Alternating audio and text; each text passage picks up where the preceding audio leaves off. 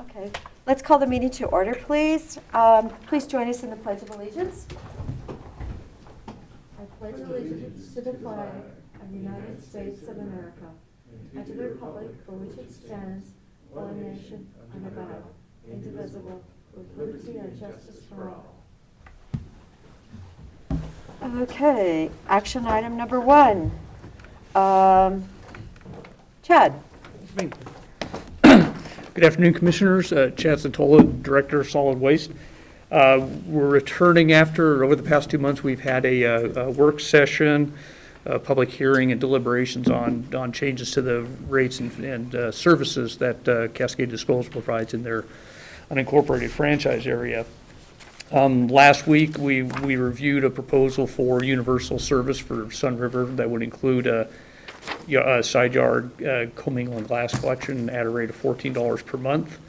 And the board agreed that we would proceed with that and to return to the board with options for the rural and distant rural area. So today I have two different versions of the order for you. One incorporates just the changes that we looked at last week for Sun River. And the second version of the order includes changes to the rural and distant rural service area for Cascade Disposal. And what Cascade came up with was going with subscription service for yard debris at $7 per month addition, and adding glass and commingle collection in the distant rural area and glass collection in the rural area for a total of $4.25 a month. Well, what they did to kind of normalize the service areas, they expanded the rural area to include all the distant rural service area except for Sun River. So Sun River would now be considered the distant rural service area, and everything else would be the rural service area. So I included a map with the packet today that shows the changes in the service area. Just a little bit easier to see a picture rather than try to explain how that works. So again, they're expanding the rural service area to incorporate everything but Sun River. And with the proposal, adding $4.25 a month to include glass and commingle in the area that's expanded into the rural service area, and then adding glass to what was the original rural service area, $4.25 a month to normalize the fees, because the distant rural service area has a little bit higher rates for standard collection of trash because of the distance that Cascade Disposal travels to there. Normalizing the rates across the board, the change in what was originally the distant service area is kind of graduated. So again, normalizing it, the rate change is a little bit different. If you happen to be in the 95-gallon side yard service, you get a cut-in rate of 65 cents a month for that. So 2 options for you to consider: Sun River only, as we discussed last week, with universal side yard service. And the other option is including Sun River, as discussed last week, with subscription yard debris service and the addition of glass and commingle in an expanded rural service area at $4.25 a month. Well, so I'm very supportive of the Sun River item. We talked about it. The community's talked about it. We got lots of input on that subject. So I mean, I'm supportive of that. It's pretty exciting. The next step, though, I mean, as an elected official, I have a hunch that there's going to be a lot of folks that haven't been informed on this. I mean, this is just kind of me thinking out loud about, I'm hesitant to proceed a little bit today because I just have a hunch that there's a bunch of people are going to be like, well, where'd this come from? I don't, it may show up in their next bill or a notification in the bill for a future, but for us to make a decision today, I kind of like a little bit more, I don't know, get the proposal out there for everybody to see, I guess, is my thought. It does seem fair, but then when you see, Pacific Power wants to do a 12% rate hike, something along those neighborhoods, I'm like, people are just going to go, when is this going to stop? And, I thought what you came up with was fair, but I kind of agree with you. I think maybe, we go ahead with Sun River today, and we can come back and look at this. Maybe things will settle down in a month or two. Pardon me, I guess, so this is, it's on paper now, because, you know, we didn't have this far last time, you know. Correct, we had yeah, a when we proposal, so that's, Spoke last week, we had not had a Yep. proposal from Yeah. Cascade Disposal for this. I would say again that we are paying for this waste stream one way or another. Either we're paying in more of our landfill space being filled up with recyclable material faster, or we're paying to divert that material from the landfill. And in my opinion, the more proactive, forward-looking, responsible, you know, fiscally responsible thing to do is to bear, you know, assign the costs and bear the costs and make the recycling system work that much better. So I would like to proceed with both pieces, but I'm one vote, so I'm ready to proceed with whatever we can move forward now. And, well, and make sure we do the work on the other stuff that other commissioners think is necessary if that is the way that you're going to vote. Maybe, Chad, this information can go out with the fire-free information as simple as possible so that people actually read it and they're trained that fire-free is going to be coming. And then if they, you know, for those communities that it's applicable for, so they actually go, oh, okay, I need to. As you were speaking, I was thinking I could certainly work with Morgan to do a press release specific to this. You know, this time last year, there was a lot of people calling for access to yard debris collection services in response to the fire that occurred down in Deschutes River Woods. And, you know, there was a period of time where we were getting those calls on a fairly regular basis. You know, memory tends to be short, and we haven't heard from people since then. But maybe it's time to, you know, bring it back up to them. You know, and with the glass and commingle collection, although we didn't have any response or comments from the distant rural service area. You know, our solid waste management plan, one of the goals is to expand our collection services to help get to that 45% goal that the DEQ is asking us to get to. So I think the outreach using the you know, press release to get this information out, then maybe we'll get some response, and maybe we can revisit this again in a shorter term than after fire free. I think it's important that we try to move forward with some of these collection programs. You know, with short memory, it'll come back to people, I'm sure. Yeah, you're touching on something that I had that had kind of faded to the background while we were talking about glass and commingle, but there were a whole lot of people who were asking for access to yard debris collection, and you know, as we were facing you know, a really bad wildfire season last year, which we will have again this year. And as we were seeing people's yard debris burning efforts causing substantial wildfires in our community. So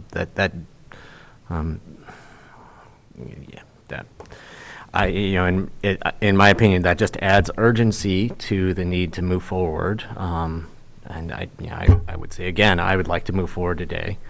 And if we're not going to move forward today, I hope that we can bring a lot of focus to this this potential change, so that we can move forward quickly. One possible thing maybe we could consider, if it's agreeable with Cascade Disposal, since the yard debris collection is a subscription service, we're not forcing people to pay that unless they want to. Maybe we can look at returning with an order dealing directly with just the addition of the yard debris service. Now, and if the concern is the $4.25 additional fee across the board, I need to work with Cascade Disposal, see if that package deal can be split up the way I'm thinking here. right. I really appreciate that additional option, and I'm sorry we didn't think about it last week or 2 weeks ago or whenever that was. But is there would there be support for that? As a subscription, yes. I think that's, $7 a month? $7 a month for. Yeah, no, I think that sounds, they don't have to do it, they can sign up for it. Mhm. And truly, we were looking now, that might be a really good compromise today. And again, that's contingent on Cascade Disposal agreeing to that this proposal came as a package offer to us, so. If we implemented that, if we made that decision today, could this collection system be in, in operation by, the subscription yard debris collection, could that be in operation by this summer? Cascade thinks that they can get, as proposed, the rural service that includes glass, commingle, and yard debris rolled out in the April, May timeframe. Sun River's a little further down the road. It'd be late summer for that because of ordering the trucks that they need for Sun River service. Right. But right. yeah, in theory, they could get that rolling in the springtime here. Well, let's, I'll do the business part of this, and a little bit more conversation is what I'm thinking. So I'll move Board Order 2022-015 with support for Sun River Service Zone changes. That would be option one on the. Option 1, okay. Second? Any further discussion? Commissioner DeBonne? Yes. Commissioner Chang? Yes. And the chair votes yes. So then finishing up the other conversation here, as I say, the distant rural service zone, I guess I want to look at a map and understand the density out there. It may not be that big of a step. I'm just saying today, I'm hesitant to say, oh, well, let's just go do this. Just looking at a map and understanding the number of services out there, kind of the pattern as a franchise operator, what does it really look like? As I say, I'm looking at the blocks here, but I mean, Sure. getting down to the street level, see just some of the density, just for my own benefit, because I'd hate to do this and have, some number of people are like, well, where did this come from? And maybe it's been notified. I just don't have a feel for it. Well, the only notification that went out was through this effort here with the public hearing and the press contacts that came out of that hearing. Again, we didn't hear from anyone in the distant rural service zone Yep, during that so- period. As I say, it may not, because I've talked to some people and they're like, yes, I'd love that service. Not in this zone specifically, but a few people this weekend I was asking, and I got some thumbs up on it in, southern Deschutes County. I'm not proposing that today, but I'm just saying, I'd just like to know just a few connections. So Chad, just to repeat, you said late summer for the Sun River? For Sun River, and the delay there is just because of the time lag on getting equipment, the whole supply chain. Okay. We're all challenged with. And will we get the equipment is always the question now. Correct, yeah. And then somebody to drive too. So Dave, to do the subscription piece that Chad was, to peel that off and do that today, what does that look like in terms of a motion? Or, can we make a motion if we have no document that Sure, that and we can describes get it? an order that'll comport with that. Okay. Absolutely, you could make that motion. If it's approved, we'll get an order to you as early as Wednesday. So, what would that, what would be the phrasing on that? Move approval of subscription service in the new rural zone for Cascade Disposal.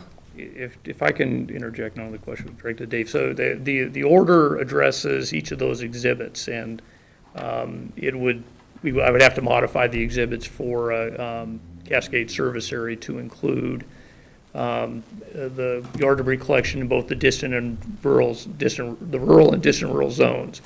And I'll have to kind of reformulate that exhibit based on that, because the two options were either just Sun River or everything with the glass, commingle, and yard debris. So it's a matter of reconfiguring those two exhibits, and that's pretty straightforward to do. The order itself, and I kind of continue with the practice Tim had suggested. He's done this for years. Even though we would only be changing the rate structure for Cascade Disposal, if you look at that order, it addresses all of the service areas, including Republic Services. Tim felt that was a better housekeeping thing for him over the years, to be able to refer to a single order with all the current rates on it, rather than doing piecemeal order changes every time there's a new order that comes up. So I just have to kind of reconfigure what exhibits, I think it's B and C look like. So you could still make the motion, and I think what Chad is saying is, yeah, we just have to work on the exhibits to that order. Correct. And the practice has been to republish the full schedule each time, even though Yeah, there's that only a way you small don't have change. those rate sheets scattered over a number of orders. It's like I said, Tim felt that was a really efficient way for him to keep track of things. Yeah, because you just need to go to the last one, and it's a full set Exactly, yeah. of numbers. Well, so you're proposing a subscription service for yard waste pickup, is that? I think it would be, I think it would be a great opportunity to move that piece forward right now, to have an impact in the upcoming fire season. Because I just heard that, we could have, that could be up and running this spring, which is, as we remember from last year, the key time of year when people are doing yard debris burning, if they don't have, easy access to other options. And it is this year in particular, it's going to be a real risk of unwanted ignition out on the landscape in Deschutes County. So that $7 a month number may have to be, it may be different, I'm just thinking, so, because if it was proposed to be changing the whole zone and having the other recycling associated with it, maybe that, I'll have to have the conversation with Yeah. Cascade Disposal before we do commit to that $7 a month service, just doing the subscription for yard debris and foregoing the glass and commingle proposal. so yeah, it might be different number.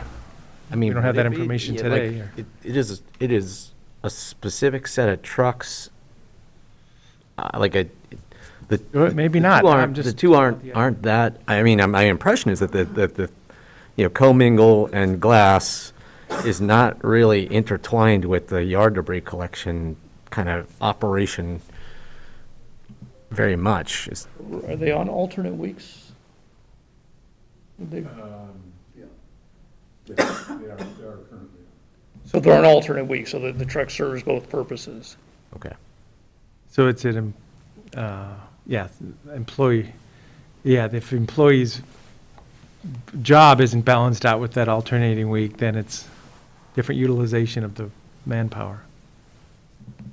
So as I said, we don't have this information. I mean, I don't know if there's more information to be shared today, and I'm supportive. I mean, maybe some people are gonna be, I really want to move. maybe I- 20 I bucks a think month is gonna be fine for people, yeah. Legal will clean it up, and Chad can check, and so we do have something going ahead. But if it really is supposed to be, if it's best done as a package deal, then I think that the urgency of getting the yard debris collection available to people, maybe that's enough to move the whole package right now, including the glass and commingle. Because, I mean, it absolutely is another cost on customers. Again, I would argue that we are paying for that stream of waste if we are having to dig, more landfill hole sooner, just like someone will have to pay to have collection, at their residence. But we are paying. People, our community is paying for that waste stream either way. So I really don't see $51 a year as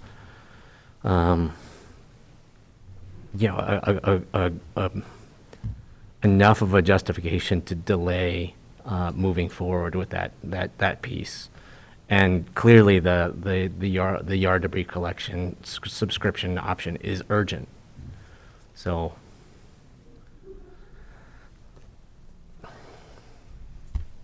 I guess I could,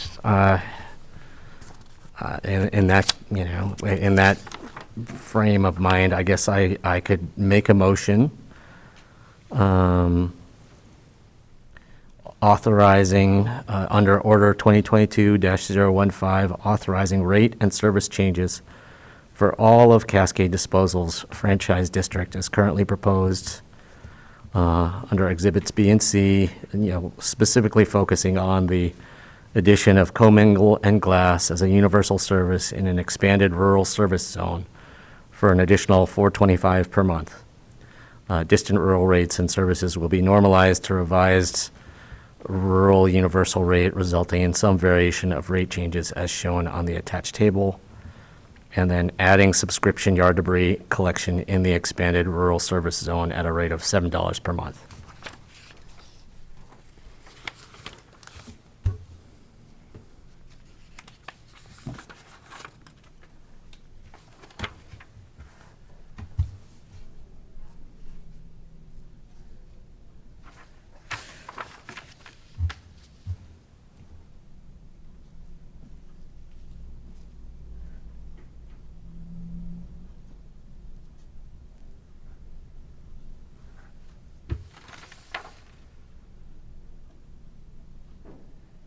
Okay, so we don't have a second for it. I do support proceeding with subscription service for yard Right. waste at this time. Okay, so do you want to make that motion? I mean, I'll make a motion to, update the order for a future meeting for yard waste subscription service. Subscription, yes. Okay. Fine, I'll second that. Okay, any further discussion? Commissioner DeBonne? Yes. Commissioner Chang? Yes. And the chair votes yes. And what is our time frame for doing more expanded public outreach and then bringing back the glass and commingle for the rural zone? I don't know, Chad, can we do that in a month if you Oh, get I out? would think so. I can definitely get with Morgan this afternoon or tomorrow morning and Okay. formulate a press release. I think that's the first big step, is just getting the word out there a little bit better than through the public hearing process here. Okay, excellent, because, yes, I like the word subscription in today's world. Universal, it's just whatever. It's just an extra $5 every time you fill up. It's just an extra $10 every time you fill up. I mean, right now, truly, something I was going to buy at the market that I've been buying forever is now doubled in price. It's now $7 instead of $3.50. And if anybody sees Frisky's cat food for less than 95 cents, that's actually on the shelf, yeah, I mean, it's amazing when you try. There's certain things, and they're just like gone now. So anyway. Frisky's cat food, okay. I I'll make a know. note of that. Friskies, I know, I can't find it. Safeway had none, not one can. And anyway, so, all right, so we voted, we're good? And you're gonna get out with Morgan and Yeah, so a we're, month from now was mentioned. yes, a month. Yeah, so assuming Cascade Disposal is agreeable to the offering the subscription yard debris service independent of the universal glass and commingle collection, we can move forward with a revised order. Correct. Okay, And that would be perhaps as quick as Wednesday? I can probably bank something out. You do it as a- Tomorrow morning. Bring it back, okay. Can it come back on consent then? Yeah, or it can be an additional add-on item. Okay. Either all right. way. Okay, It thank could be you. as a consent, but you probably just want to have it as an additional item, Okay, since the agenda's already final. that's true. All right, so Wednesday, add-on. Item number 2, let's see, who are we going to have representing item number 2? Looks like Cody Smith. Is Cody available? There you are. Cody, thank you. Good afternoon. So the road department solicited for bids for the supply and delivery of striping paint for calendar year 2022. The work under the contract will include furnishing 25,000 gallons each of yellow and white high build waterborne striping paint for road department operations in calendar year 2022. The bids were received on February 23rd. 2 bids were received. So before you this afternoon is the notice of intent to award contract in the amount of $525,000 to the Sherwin-Williams Company. As always, issuance of the notice of intent to award will begin the 1-week protest period for interested parties. to contest award of the contract, and if no protests are received during that period, the contract would be awarded administratively. Just a couple notes I'll add. Roughly 15% of the paint that we purchase every year is used by our striping crew to provide striping services for other local agencies in the region. Those include Crook County, Jefferson County, cities of Redmond and Madras, work that we perform under the Central Oregon Public Works Partnership Agreement. I'll also add that this is a approximately 22% price increase over the price we paid per gallon for striping paint last year. And lastly, this contract can be renewed. So the contract, as it stands presently, is for a 1-year period. It can be renewed for up to 2 additional years. That would generally assume that the price of paint remains stable, which is not what we've experienced over the last several years. So we've had to go out for bid and renew this contract every year. So with that, I'm happy to answer any questions. So Cody, what did we pay last year, just for the sake of math? Last year we paid $8.60 a gallon. $8.60 a gallon, huh? Wow. And the other bid was considerably higher. At least it was lower than the estimate. Yeah, the second bid we received was, I believe, was around $15 a gallon. Okay. Is there any other discussion? A motion? Move approval of document number 2022-121. And I will second it. Any further discussion? Commissioner Chang? Yes? Commissioner DeBonne? Yes. And the chair votes yes. So one question real quick is the road engineer. Is there any guidance coming out through ODOT or Federal Department of Transportation with the new technology on vehicles, kind of lane following and all that? Anything associated with the painting and the stripes? Specifically in terms of striping, not presently. What actually dictates standards for pavement markings is the Manual of Uniform Traffic Control Devices, and that's actually a federal publication, so it's applicable in all 50 states in the United States. That document is presently being updated. We don't anticipate the new version of that coming out till probably around this time next year at the soonest. We do know that in the draft version of that we saw last year, there were provisions in there for increasing the widths of roadway stripes in general, and that primarily was to accommodate the camera systems for autonomous vehicles.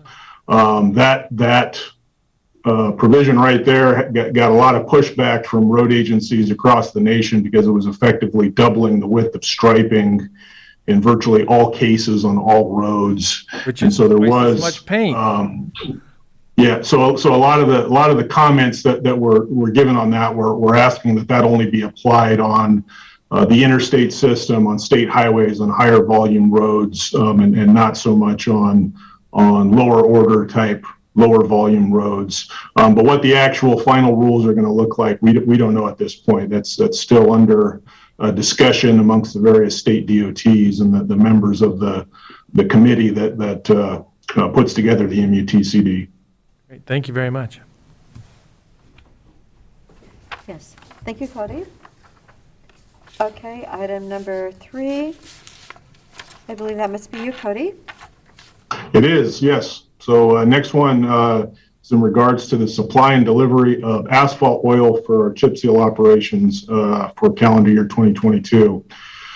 So the road department solicited for bids for this work. The work would include furnishing 2,000 tons of hot liquid asphalt oil, as well as 300 tons of emulsion asphalt for chip seal operations in calendar year 2022, which will include approximately 75 miles of county roads, as well as 4 miles of city streets in the cities of Bend and Redmond and Sisters this year, again, under the Central Oregon Public Works Partnership Agreement.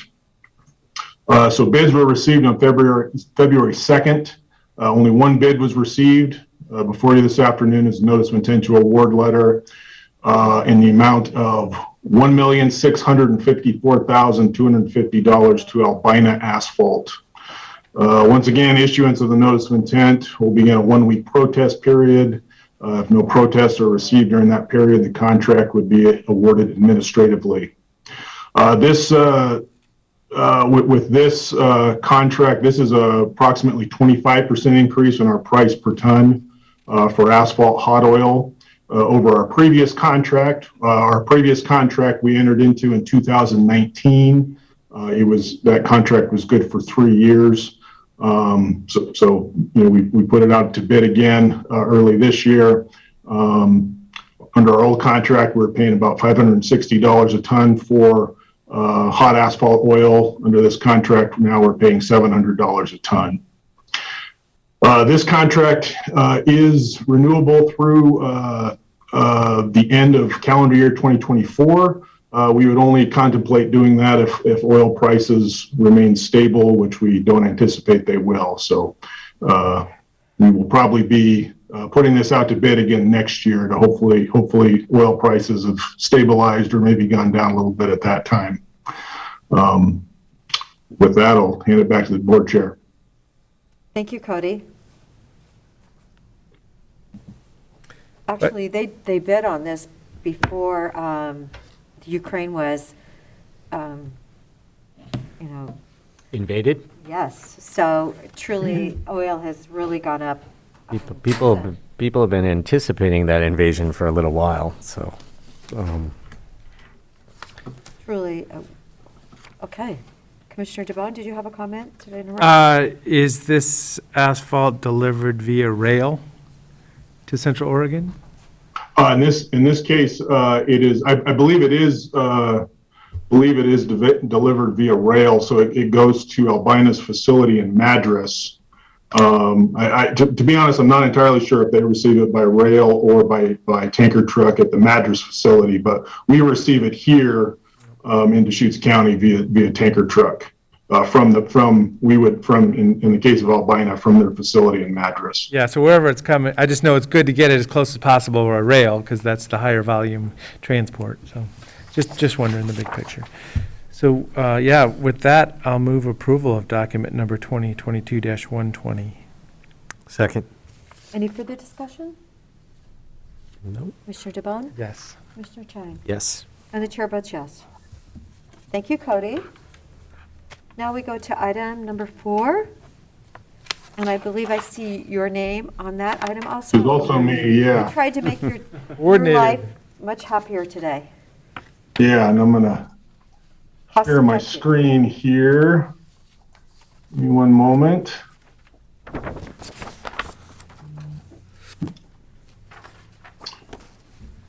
Okay, can everyone see the map I have up there on the screen? Yes, we And this, I believe, is also page 41 in your agenda packets. So during development of the US 20 at Tumalo project, which includes the construction of the new roundabout at the intersection of Highway 20, Cook Avenue, and O.B. Riley Road, the project advisory committee, which was composed of business and property owners in Tumalo, as well as representatives from the county bicycle and ped advisory committee. One of the strong recommendations that came out of that group was to provide an alternative crossing for bicycle and pedestrian traffic across Highway 20 in Tumalo, other than the roundabout itself, which the roundabout itself will include crosswalks and rapid rectangular flashing beacons to get bikes and pedestrians across at that intersection. But there was a strong recommendation from that group to provide an alternative form of crossing to get that kind of traffic across Highway 20. So through that process, an alternative was chosen that included a multi-use path that would cross under Highway 20, generally aligned with the right-of-way of 4th Street, which doesn't connect to Highway. The right-of-way connects to Highway 20, but 4th Street itself doesn't actually connect to Highway 20. But basically for a multi-use path that would cross Highway 20 north of the roundabout, and then would provide connectivity to Bailey Road on the south and west side of Highway 20. So going back a couple of years ago, at that time in project development, ODOT did not have the funding to add that facility to the project. Last year, early last year, with the county's receival of $1.25 million in COVID relief funds through the state, through the Federal Highway Administration, it was determined that between the county and ODOT that we now had the funding that we could add this multi-use path back into the project. So the agreement before you is to do just that. It's to deliver the Tumalo multi-use path project. So how this is intended to be delivered is the undercrossing structure on Highway 20 has already been incorporated into the US 20 Tumalo to Cooley Road project that ODOT's anticipating having out for bid. I believe this June is right now the current bid schedule, current schedule for getting that project out to bid. So separately right now, ODOT in the county are kind of fast tracking the design for this multi-use path that would connect up to that undercrossing structure, with the ultimate intent of the multi-use path being out to bid and under construction basically simultaneously with the roundabout project. One component of the project that we've included with that is improvements to 4th Street. So presently 4th Street in Tumalo, the full width improvements and sidewalk on both sides of 4th Street presently ends at Bruce Avenue, which is, I don't know if you can see my cursor very well, but it's towards the right side of the page there. So the one component of this project will be making those improvements on the block of 4th Street between Bruce Avenue and Wood Avenue, building the road out to full width and including sidewalks. So we have that pedestrian bicycle connectivity from Cook Avenue in the central area of Tumalo there over to the terminus of the multi-use path. So from there, the multi-use path would continue west within the existing right-of-way for 4th Street, where again, there's presently no road located there, to that undercrossing structure to go under Highway 20. Then on the west or south side of Highway 20, that multi-use path will parallel Strickler Avenue, where it will then connect to Bailey Road, as shown there on the screen. The purple you're seeing on this picture here, that's all the improvements that are slated with the roundabout project on the highway and on the local road system there. So the $1.2 million that's anticipated for this project is currently included in the road department's road CIP budget for our current fiscal year. The total funding we had received in COVID relief funding we had received from federal highways was $1.25 million. The current estimated project cost for this, including the improvements on 4th Street, is $1.2 million. So it's actually slightly under the amount of COVID relief funding we received and budgeted.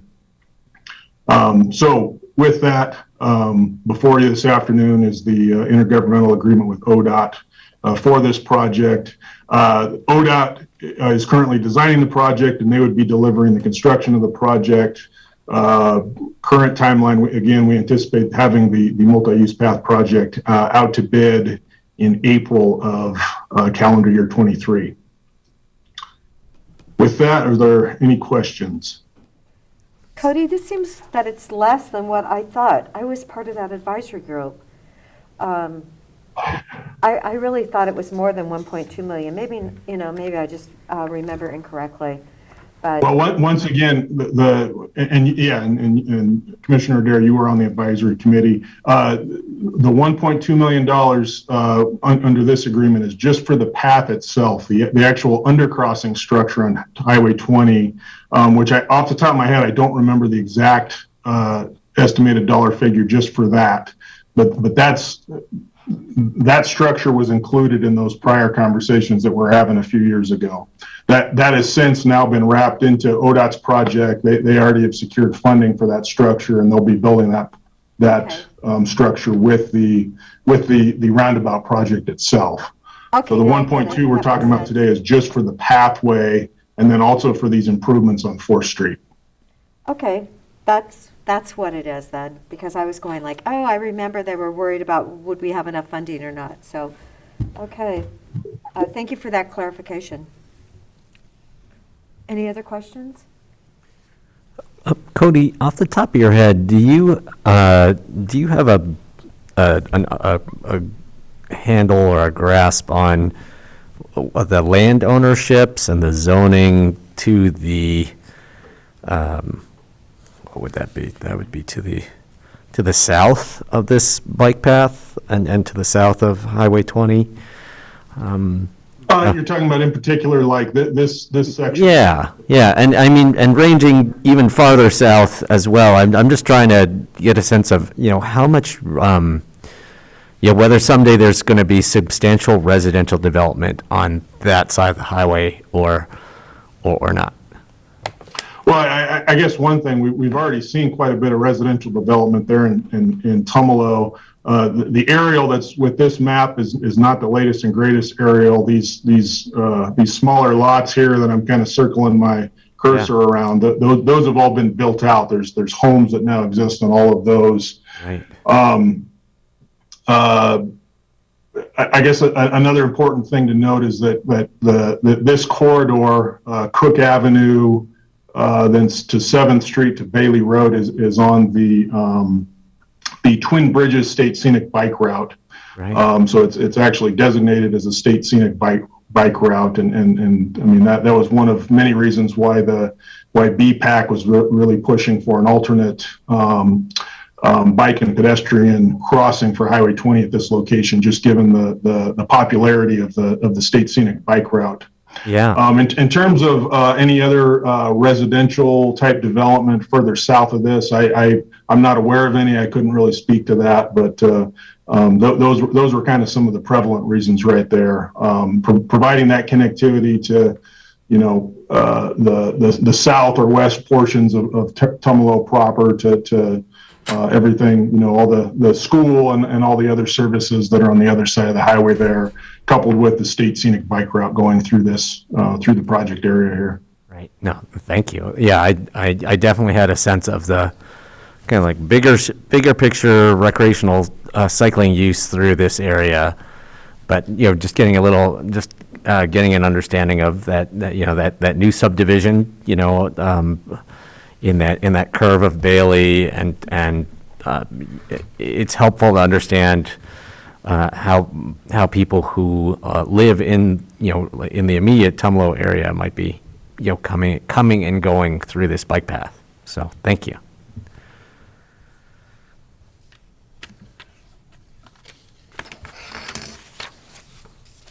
Do we have a motion? Yeah, I'll move approval of document number 2022-086. And I'll second it. Any other discussion? Mr. Chang? Yes. Mr. DeBonne? Yes. And the chair votes yes. Thank you, Cody. Thank you. So that was 23, right? It wasn't this year.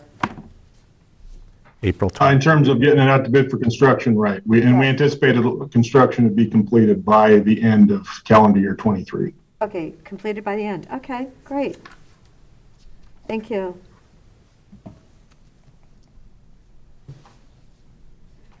All right, item number 5. Facilities Department. Lee, thank you for joining us.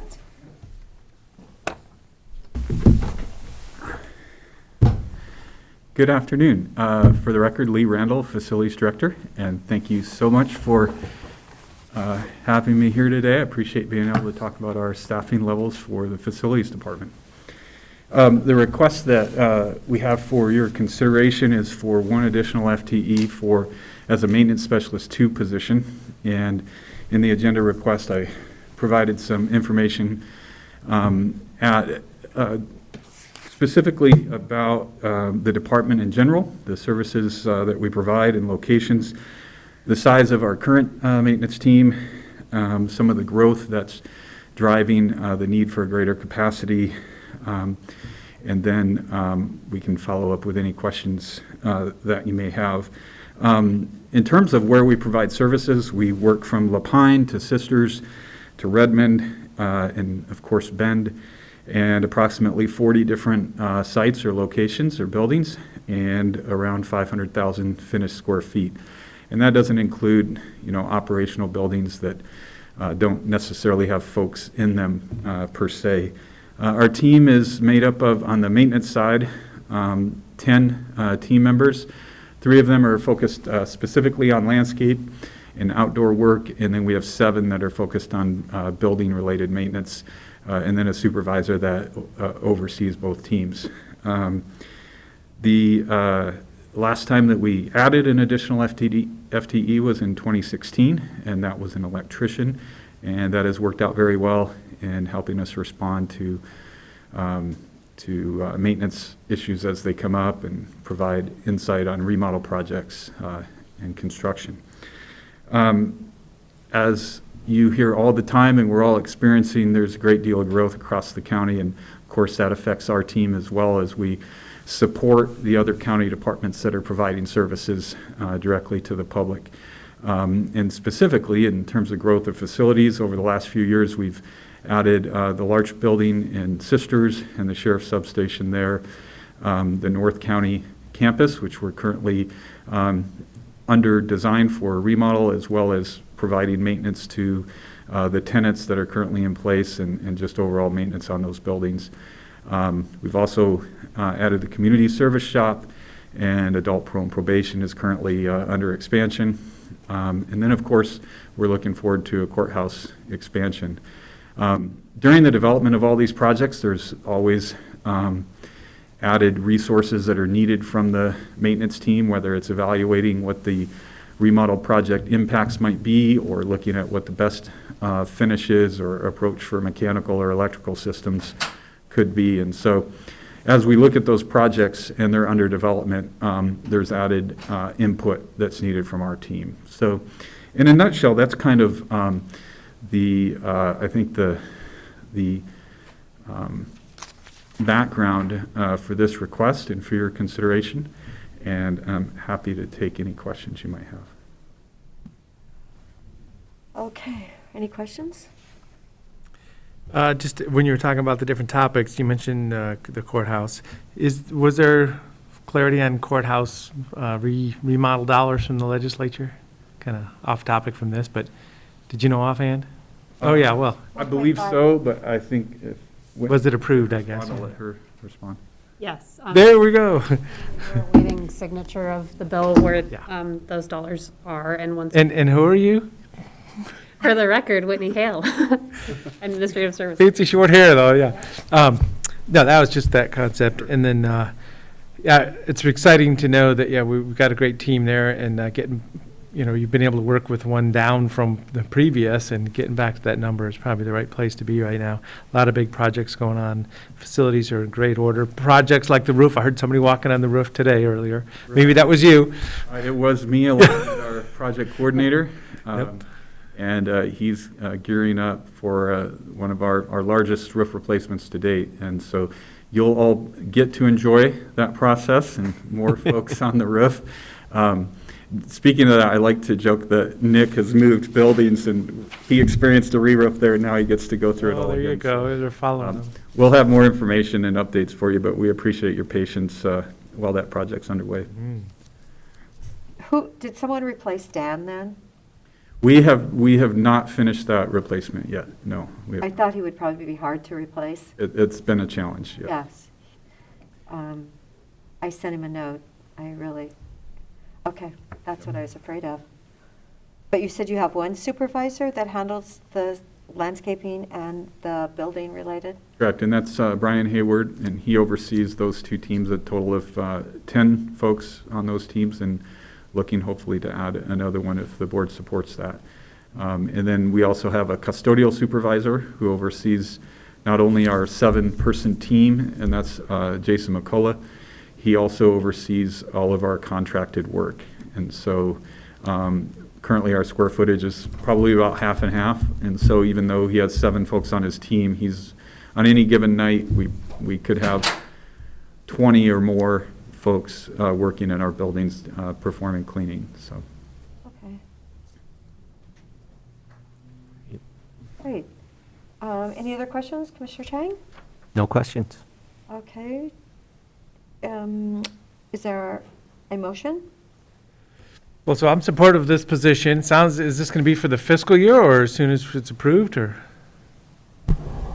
It's for this current fiscal year, and then it'll be included in next year's budget, of course. Yeah, next year's. Yep. Yeah, so I'm supportive of bringing it back if we're going to put it in a future budget, or board meeting, I mean. Yeah, I'm supportive as well.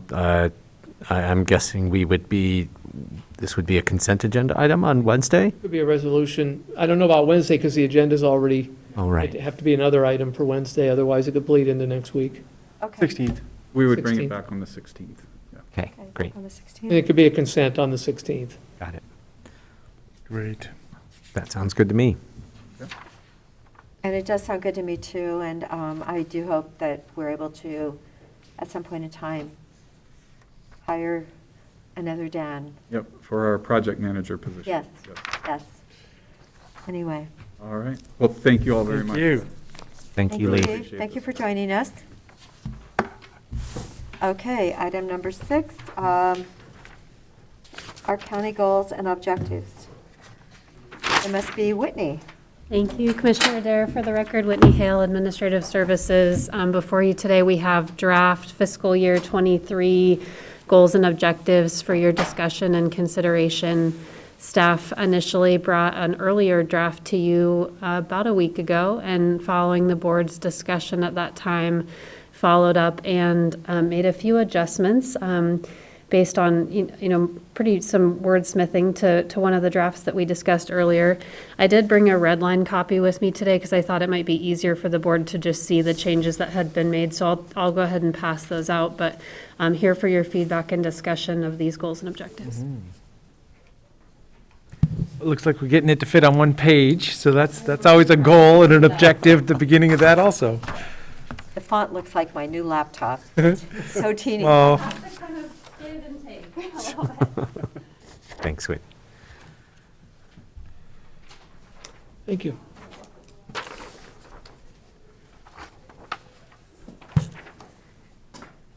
So as the board will recall, this is the version that has a goal related to housing broken out and a few minor adjustments to language throughout, which you can see in track changes.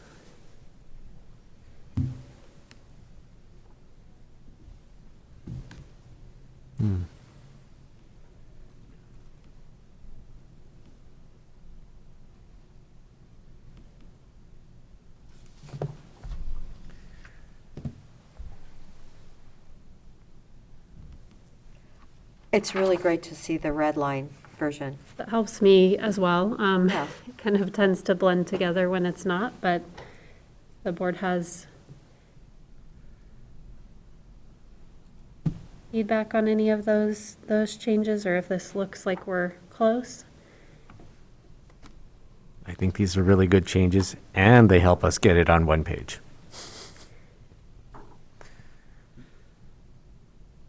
We could have gone down to font size number 2 or something really teeny, I but did, this oh, seems like we it's ditched the logo per board direction. We've shortened things up, so. good. so just, one of the statements, the third bullet for housing and stability, it's just, kind of wordy relative to my view of us as a government. We're a county. We support the people in the county. So the previous bullet says, support actions to increase housing supply. And I guess my point is we could probably just leave it right there. I mean, we don't need to pull it if you don't want. But collaborate with partner organizations to provide adequate supply of short-term and permanent housing and services to address housing insecurity. Just seems extraneous, but just needed to say it.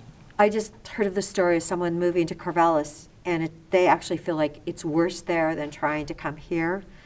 And they're now looking at something 20 miles away. But yeah, I think it's a bit of a problem all over the country for housing.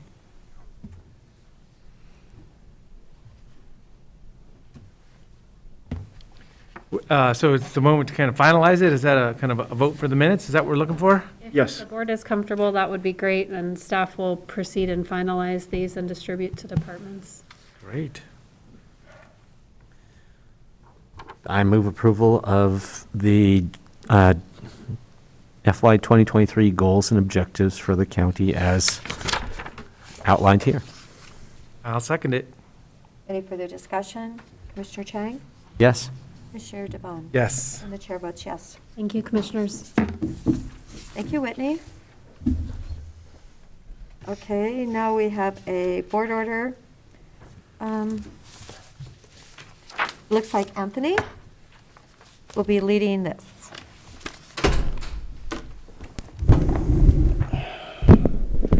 Good afternoon, Commissioners. Mr. Lilac, Mr. Doyle. For the record, Anthony Regini, Principal Planner, Community Development Department. As you noted, Chair Adair, this is a set of board orders.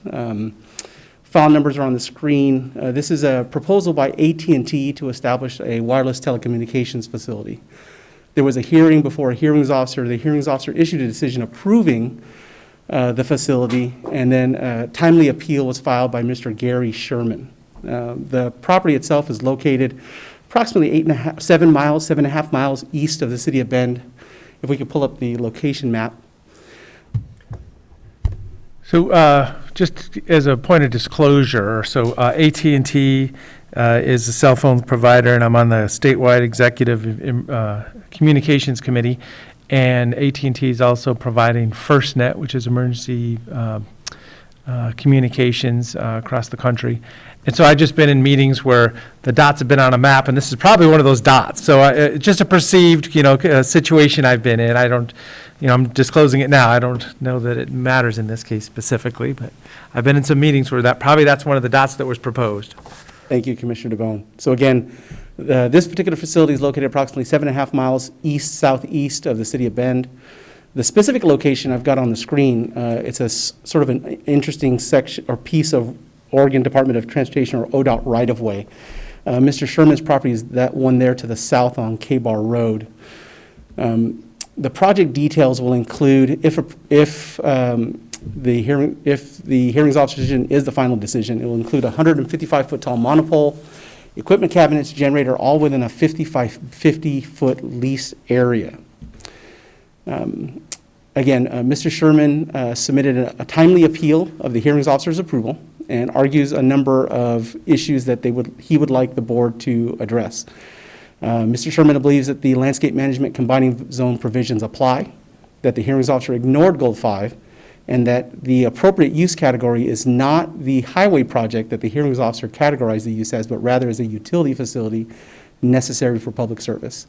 Mr. Sherman is also concerned that this particular ruling by the hearings officer sets precedent. I did correspond to Mr. Sherman this morning, and although it's not part of his application materials or appeal materials, if the board hears it, he would like to have the board hear it full de novo. As I noted in my staff memo, staff is recommending the board not hear this matter. As I explained in the staff memo, there are actually two land use clocks associated with this particular application. We have the local 150-day clock, which the board is familiar with. We also have a federal shot clock, which is different than the 150-day clock, primarily because there is no 30-day completeness check that we have with our 150. So for this reason, the federal shot clock ends on May 2nd, rather than the local 150-day clock or state 150-day clock, which ends on May 30th. And so while certainly the board could hear this in time to issue a decision by May 2nd, it would be a tight fit. And because the applicant prevailed with the hearings officer, it's not certain that they would agree to any open record period. So again, in staff's opinion, there's an issue with the shot clock. The decision by the hearings officer can be supported by the record, and both parties were well represented at the hearing. And with that, staff is available for questions.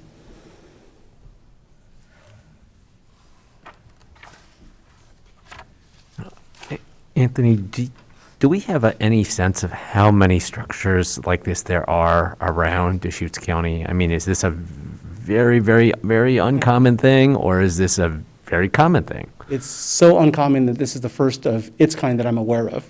So this question was really the first time that we'd had to address as a staff, well, what happens if a utility facility is in ODOT right-of-way? What statutes, what local codes apply, what building codes apply?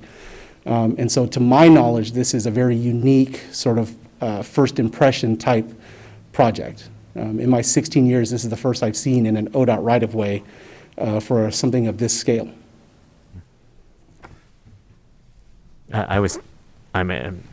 So, thank you for characterizing how unique this is, this particular application in this particular kind of location. But, I mean, I was also just trying to get a sense of how many telecommunication towers there are around the community. 'Cause, Yeah. Here, like, on the west side of Bend, they dress them up as trees. And, Yes. most observant people can tell that it's not a real tree. But there's a good handful of those. We have a number of wireless telecommunication facilities in the county. However, they're not typically placed in ODOT right-of-way, which is what makes this Yeah, one unique. okay. So typically, we see them EFU zone, RR10, and you'll have a land use application that goes with it. And so again, what makes this one unique is the fact that it's in an ODOT right-of-way. But what about that landscape management? Yes. I got the hearings officer report because I'm like going, well, my neighbor on 126 had to use a certain color for his barn, Correct? his hay barn, and I'm going like, but they can put a tower right next to the road. I mean, usually you see them in the distance, I do believe. Yeah, and in So- this particular case, so understand, commissioners, our landscape management combining zone, there are sort of two broad categories, and this is staff's interpretation of the code, where landscape management, the provisions of the LM zone apply. New structures or exterior alterations of structures which require a building permit, and then all agricultural structures. So in this particular case, there's a provision in the OSSC which states essentially that facilities in a public right-of-way do not require a building permit. So we have an email in the record from Randy Scheid, our building official, confirming that this facility does not require a building permit. For this reason, the provisions of the LM zone, from staff's perspective and the hearings officer, those do not apply. So I was going to ask about that too. So we don't have anything in the code that says that this is regulated in any way. So, because you mentioned the deference, if we could study this, get real serious about it, but we really don't have anything other to evaluate it by. Well, I think there's sort of two different parts to this. I'm going to start with the LM side of it. Again, because the building permit's not required, that whole chapter doesn't apply. And so unless the board were to come to a different conclusion that all structures, regardless of a building permit, are subject to LM zone, that's sort of where we stop. It doesn't apply, and therefore the 30-foot height limit, colors that Commissioner Adair mentioned, those don't apply. The difference piece, I was talking with Adam this afternoon, it really just depends on the arguments that are presented by the parties on whether or not the county would receive deference. And so it's difficult to say at this point, not knowing what arguments would be presented by AT&T on one hand and Mr. Sherman on the other, whether or not LUBA would ultimately find that the board would receive deference. So a building permit is for building, but this is a antenna tower. I mean, is there a difference there? Yeah. Because an antenna tower would have to be engineered for safety and resiliency, I guess, for conditions. Sure. So, but then we say it's not permitted in a building permit, I guess. Right. It'd still be engineered. In this particular case, there was a citation to the OSSC, which. What's OSSC? It's 101.2.2.1. What's the acronym? Oregon State Specialty Code. Oh, okay. Yep. I'm looking at Sure, Nick, 'cause I understood. think that's Yep, right. no, understood. And so there are special exemptions for structures in public right-of-way. And I see Adam has turned on, so he can correct me if I'm wrong. But there are special exemptions for structures in right-of-way, and that's ultimately what the building official ruled. Because of that exemption, a building permit's not required, and because a building permit's not required, the LM zone doesn't apply. And I welcome any wisdom from Mr. Smith. Good afternoon, Commissioners. Adam Smith, Assistant Legal Counsel.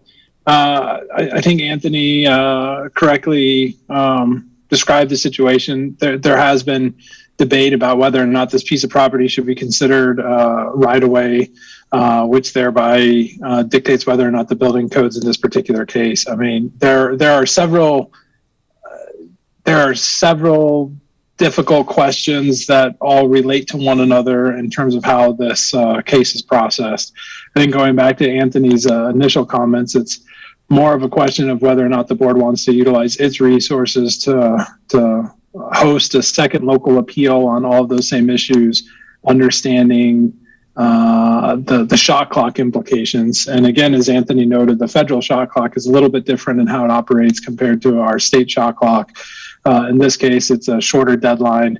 And my recollection is if we miss that deadline, the project is deemed approved. And so it's not even the state deadline. If we miss it, then that provides an applicant an opportunity to file a writ and to go ask the circuit court to make a decision on the land use application. My recollection is the federal clock for telecommunication towers is different. And if you miss the deadline, it's deemed approved. So to me, it's more of a question of whether or not these are compelling policy issues that are impacting the county as a whole that the board wants to directly engage in. And then if the board does, staff will, of course, do whatever it takes to ensure that we issue that final decision by that deadline. But it will, it's doable, but it's tight. I mean, we would need to prioritize this project over other work efforts to ensure it's done on time.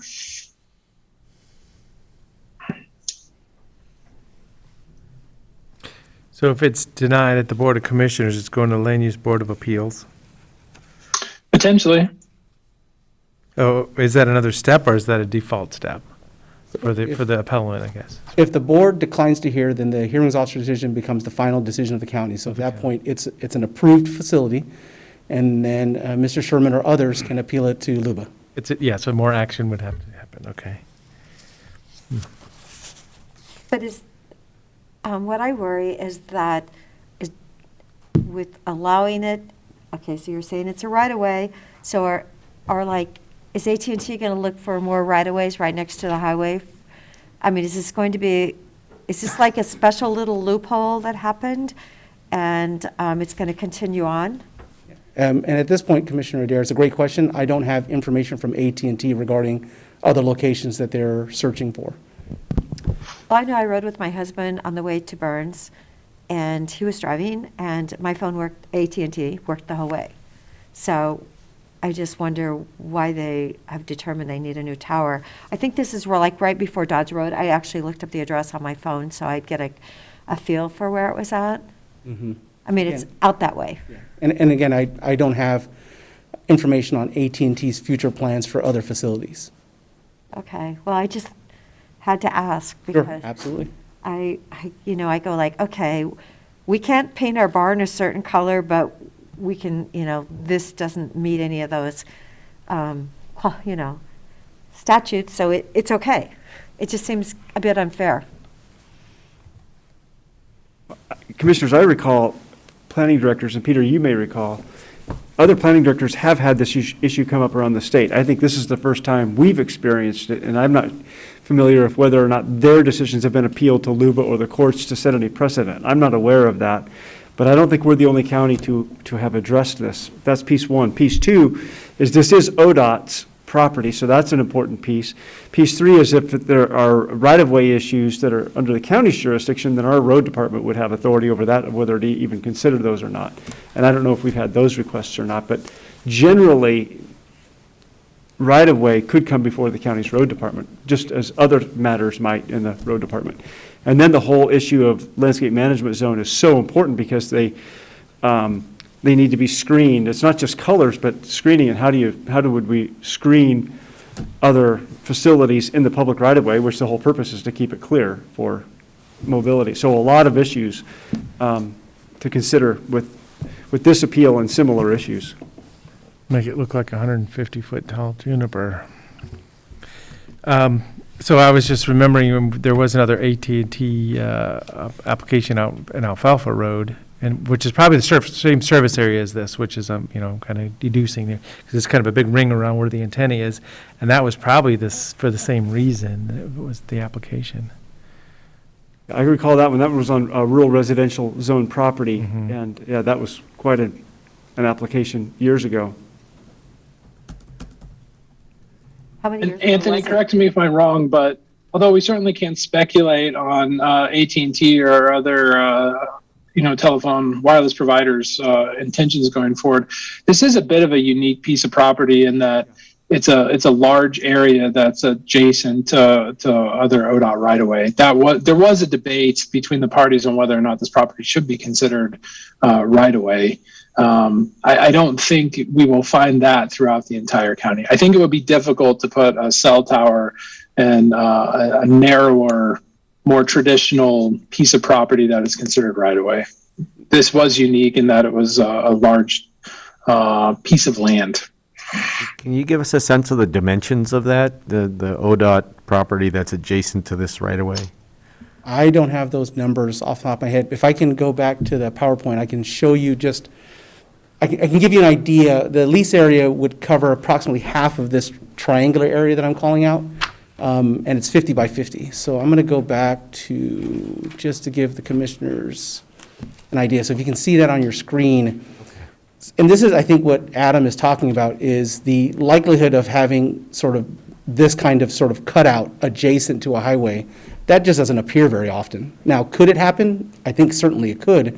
However, that kind of excess land would have to be in a location that AT&T found viable for another tower, that they would need the service. So I think that's what Adam was getting at, is that this is somewhat unique in that when you look at the ODOT right-of-way, it's fairly linear, and then there's this triangular piece that sort of juts out from it.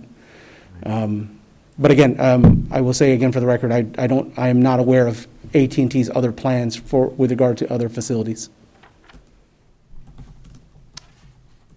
Commissioners, Will Groves, I took a look. It's about a half acre in addition to what you'd typically expect beyond the regular linear right-of-way.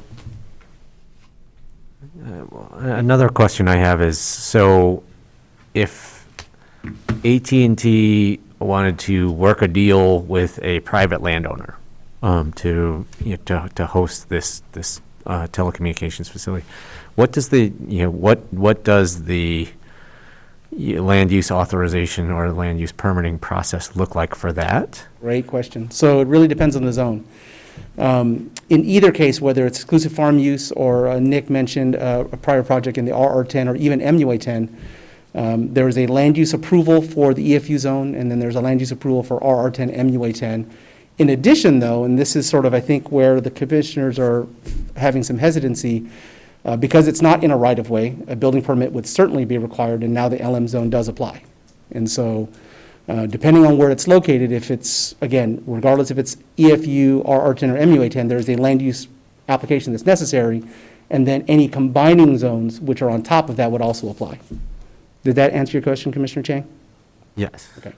And what, so what would be the implications of the LM combining zone applying to this? I mean, would they have to screen or like otherwise conceal it in some way, or would they just flat out not be allowed to do the? Well, no, they're certainly allowed to apply. The biggest criterion that affects, and in my career I've only seen one cell tower in the LM combining zone, is because you're limited to 30 feet in height.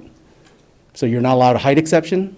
That's very specific in our code, and so that is the primary limiting factor for wireless telecom facilities in the LM zone, is the 30-foot height limit. Screening and color is really, frankly, secondary to the 30-foot height limit when you consider the height of these towers typically. And so again, I worked on one, it was on top of a butte, and it was 30 feet, and that's all they needed. So they were fine with the 30-foot height limit. Right. In most other places, 30 feet is not likely going to get the job done. Except when they're on top of a butte. Exactly. Exactly. Right. So if AT&T is really interested in having a this tower somewhere in that general vicinity, there basically isn't a private land option. That is unclear. It's interesting, when you look at the two use categories that would apply, the first, there are two options really for the applicant. One is a utility facility necessary for public service, and one is essentially a highway project. As part of the utility facility necessary for public service, they're required to look at non-EFU zone properties in which to site a tower. That requirement does not exist for a highway project. In this particular case, the hearings officer found that this is a highway project. It fits within this, and again, this is a statutory use category. So my staff memo, when I mentioned that these use categories come out of statute and it's unclear whether or not the board would get deference, that's what I mean, is there are two potential categories, both come out of statute, and the hearings officer found that it's a road project. And for that reason, they're not required to look at other non-EFU zone properties in which to site the tower. Different criteria entirely. What about on federal land? I mean, are uses like this permitted on federal land, or are they excluded? Presuming they can secure the federal permits, yes. Okay. Because I think that there's federal land in this general vicinity as well. It was certainly brought up at the hearing that there are federal lands, and I don't know off the top of my head how close they are. According to AT&T, those properties were problematic from a permitting standpoint, and they don't quite cover the coverage area they needed, and that's all in the record. But I could not tell you how far away the BLM lands in this case are. Right. And kind of one of the things I'm trying to get my head around is, is this tower going up somewhere in this neighborhood, in this general vicinity, no matter what? And then it's just a matter of, whose view shed is it blocking? Or is, without this kind of unique right-of-way situation, is this tower not going up anywhere near here? Because if the tower is going up somewhere in the neighborhood, no matter what, and it's just a question of, whether it's, one landowner's view that's blocked or another, then I think this is less an issue of I think this is less an issue of policy concern than if, there's basically no pathway besides this to have a tower anywhere in this vicinity. Understood. And it's difficult to answer that question because, let's just say for the sake of argument, this facility was denied. AT&T would certainly look for another property. The question really becomes, is it a property that is under the county's jurisdiction, meaning EFU, RR10, MUA10, or is it on BLM land where we have no jurisdiction and it's in somebody else's view shed? So I believe that AT&T would look for another site. Whether or not it would be approved is a whole nother question. And frankly, whose view shed it would impact is another question. Thank you.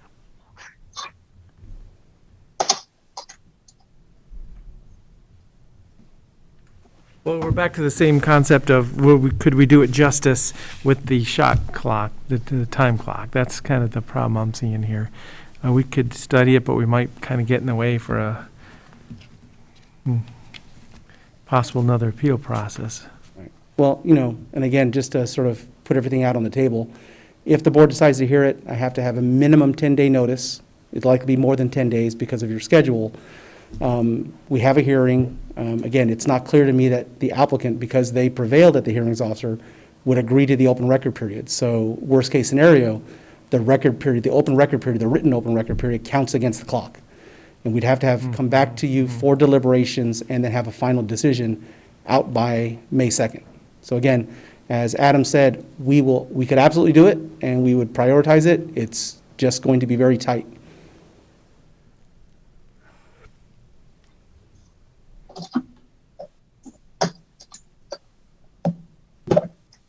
Yeah, Yeah, I'm looking at it right now. There's federal land pretty close to here, so.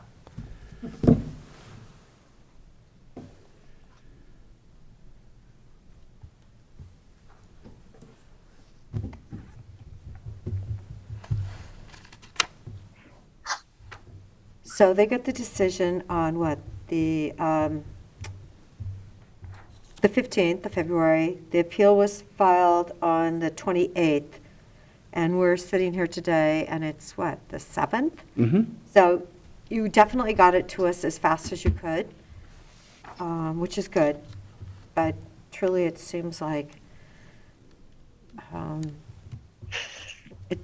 don't know, is it going to go on, whatever we do?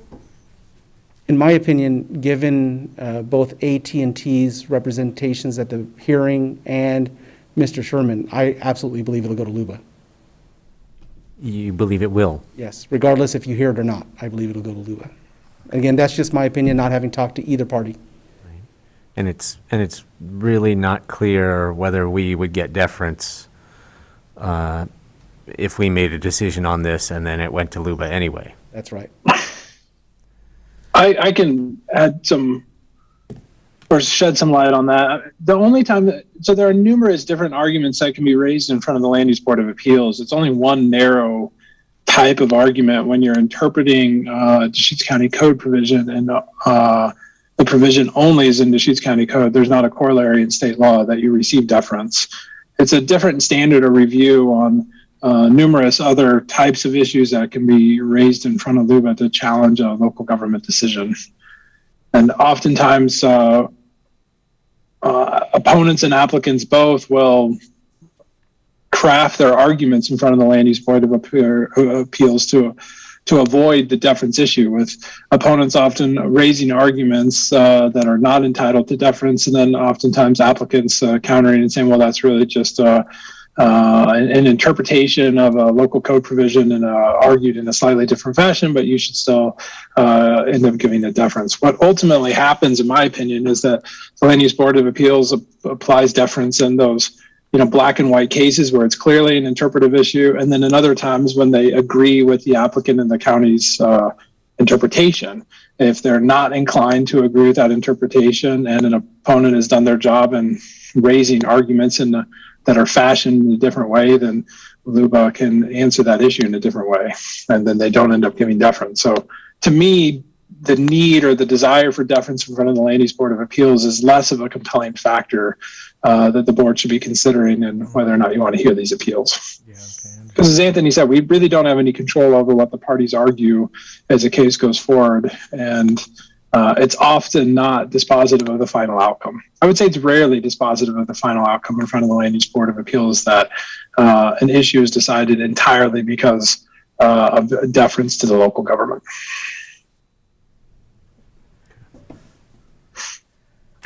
Okay.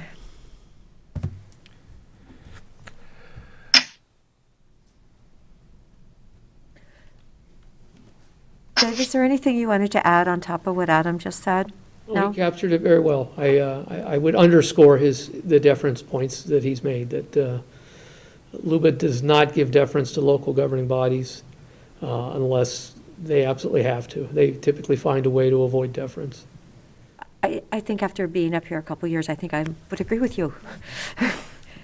Definitely feels that way anyway, as much as we care about our county. So I could go either way on this. I mean, this is kind of hard for me. We could, it's a notch in the right of way, and it is an awkward situation knowing that, it possibly, no matter what we do, it could be overruled because it's just not under the county zoning. So, I just kind of see it like that. Or we could make an argument to go the other way that says, okay, this is why it needs to be treated as such. Yeah. Chair Adair, it's your discretion to decide whether to call on people in the audience who are raising their hand or not. Oh, can we do that? Adam, you know want that to address that? I mean, typically we don't. Yeah. The board's deciding whether No, or not you're. The county commissioner's consideration on whether or not to hear a matter is limited to the record that was developed in front of the hearing officer, staff report, and the appeal application that's submitted in front of you. So I would caution against essentially reopening the record at this time. Got it. Okay, well, Thank you.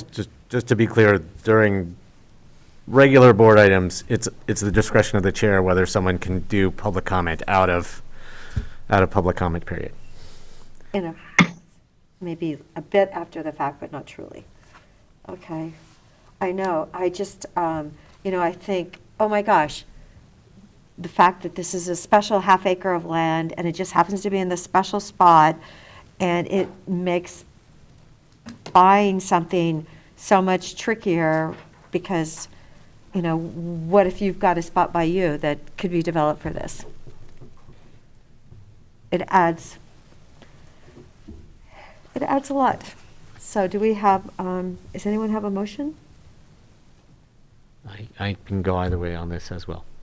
Okay, so we have two, I can go either way. Oh, no. That's very consistent. Glad to hear that.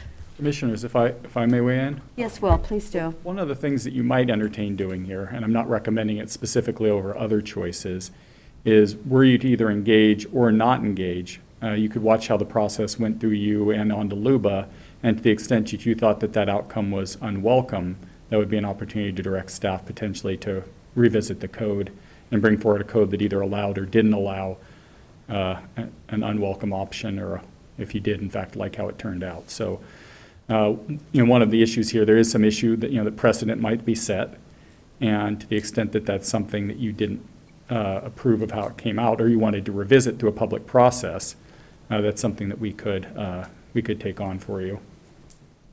That's what I was thinking about. Thank you, Will. I was just thinking, it makes sense that we definitely, if LUBA's going to take it one way or the other, but we really need to see what they do with it and how we want that.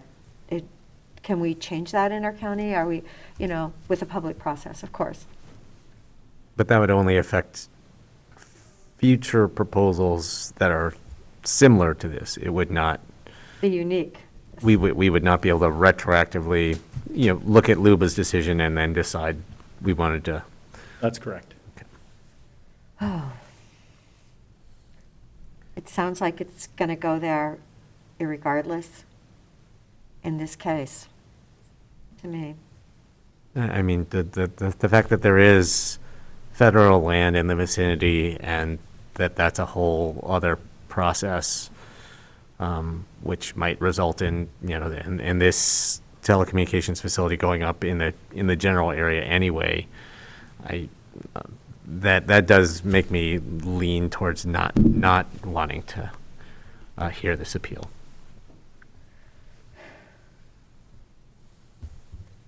Okay. Commissioner DeBonne?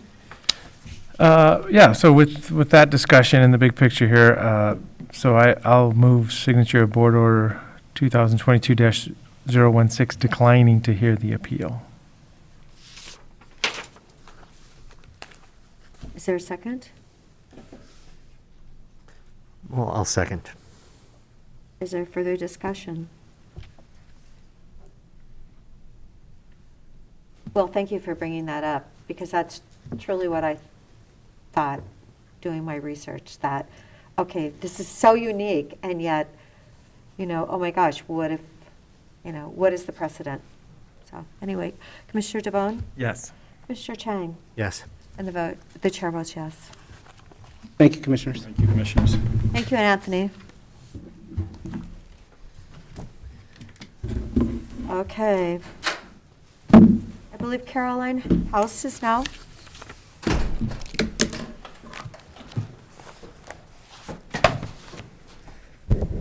Good afternoon, Commissioners.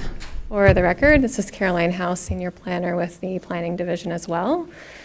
So the next item before you is another consideration. In this case, it's two appeals related to the Thornburg Destination Resort. The first appeal is for a site plan review, and the second appeal is for a tentative plan.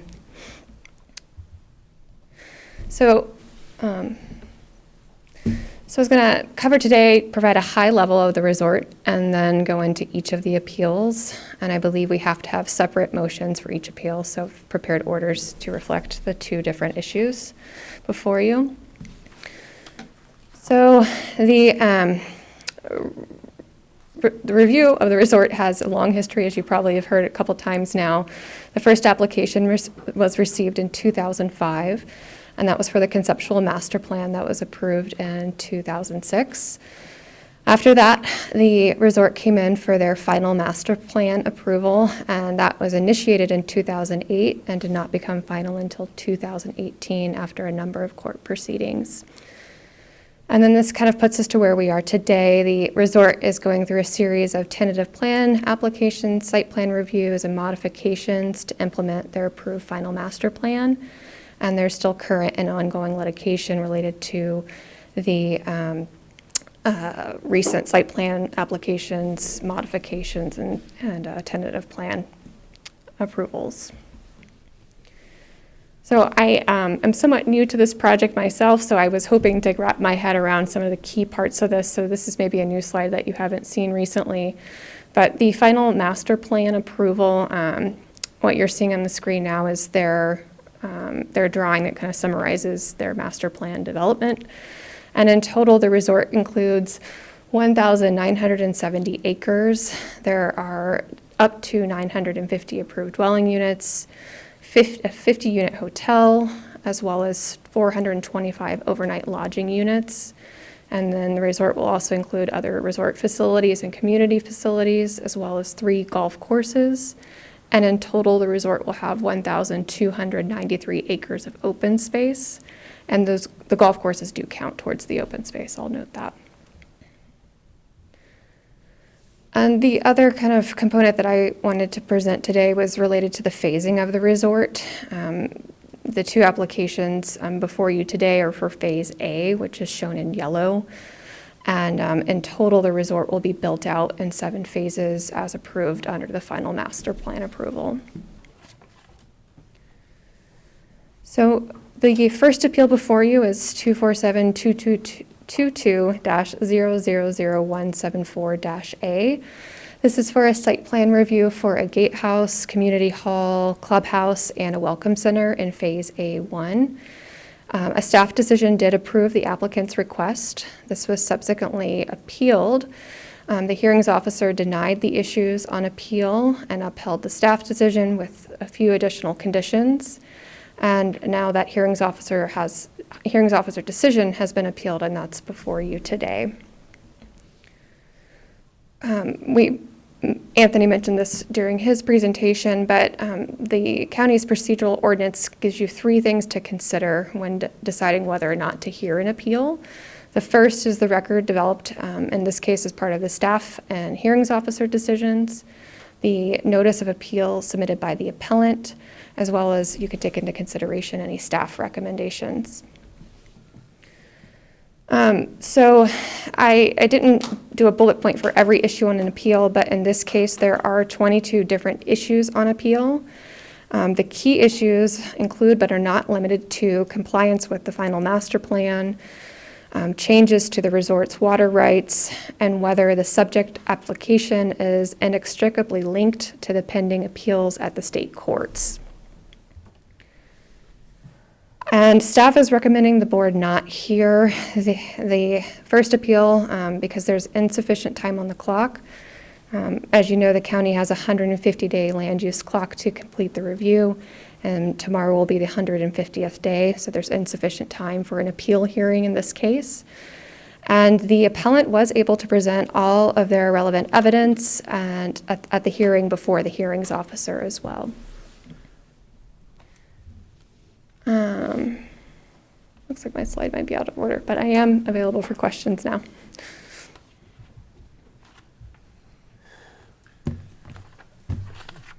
Yeah, so just acknowledging that, I do support the hearings officer decisions in both of these matters, and I would support not hearing them at this time, and the time clock is real short, but even, it gets down to some pretty technical, appeal statements that we'll let it go on past us, is my thought. I feel like at this point, these processes, it's extremely convoluted and complex, like many different layers. We're talking, one moment we're talking about this master plan level, and the next minute we're talking about, a specific phase, which I feel like makes it very difficult for the public to track what is actually going on, or what people are actually arguing about, or what's at dispute at this time. So I would love to just kind of ask a few basic questions so that we can sort of refresh for anyone who wants to track this process. What is actually at stake? What are the big questions being debated at this point with the project? And so if this is a good time to do that, I can go ahead and launch into that. As I understand it, there was a final master plan approved in 2008. We saw that in the slide presentation. Tiered from that, there is a fish and wildlife mitigation plan with conditions to mitigate impacts on fisheries habitats that needed to be met in order for the project to proceed. And if I understand correctly, many of the appeals, in the last 6 months to a year have really been connected with those fish habitat mitigation requirements, and so again, for the benefit of the public, it would be great to understand what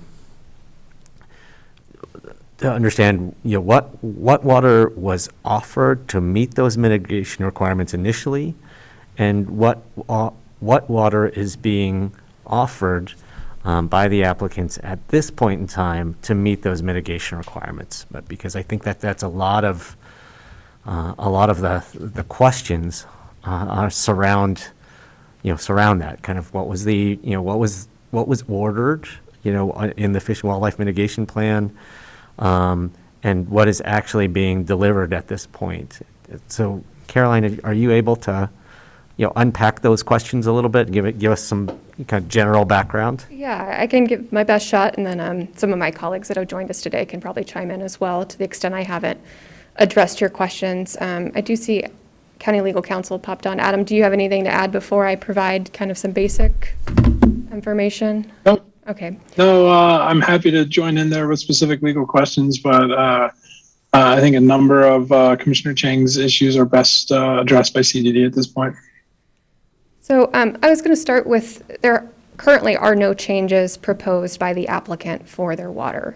That's one of the key issues that the hearings officer decision before you today speaks to in his decision. And the Oregon Water Resource Department is the state agency who has authority over water permitting. And the hearings officer restates that in his decision as well, and clarifies to the extent the applicant is not changing or proposing to modify, as long as that permit continues to be non-canceled, there are no, the county doesn't have jurisdiction to revisit that issue.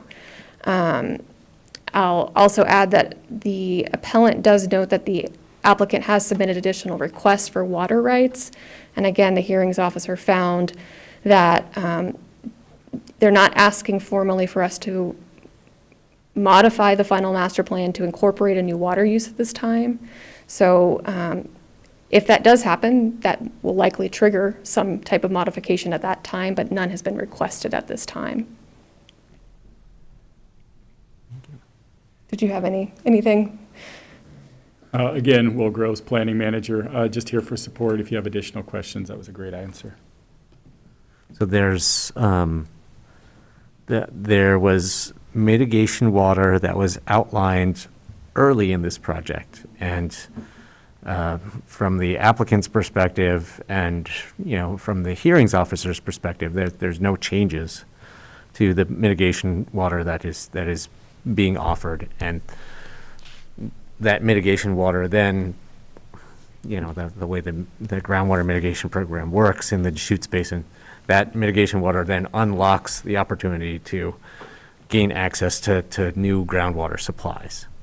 That's the water that is under permit with Oregon Water Resources Department at this point in time. Correct. Okay. And that permit has not been canceled. Is that what you were saying? That is correct. Okay. Okay. So there are mitigation requirements. The hearings officer says that they are still in place and that the applicant is meeting those, and they've been able to obtain permits for a water supply from Oregon Water Resources Department, and those permits are active. Correct, and I'll go ahead and note too, the hearings officer also found that demonstration that they're meeting the mitigation requirements can be met by an annual reporting requirement, and that it's not necessary at the time of this either site, this is a site plan approval in this case, so that was one of the key findings from the hearings officer on that particular issue, is mitigation, demonstration with compliance with the mitigation requirements can be met through an annual report. Okay. Okay. I do have a question for someone in the building department. I was told maybe a month and a half ago by someone in the community that lives near the Thornburg that they're doing a lot of extensive work there. Now, do they have permits to do that extensive work? I can get that one. Chair Adair, as you were previously cautioned in the prior matter, we have to be careful as you're making this decision that you're making that decision based on the record. We'd certainly be happy to follow up with you on that. I could go on at some length about that, but I want to, outside of legal counsel nudging me otherwise, I want to be hesitant. I'm hesitant to provide you information that isn't available in the current record. Okay. I mean, we see this issue, what is it, 50 appeals later? And, the community is concerned with it.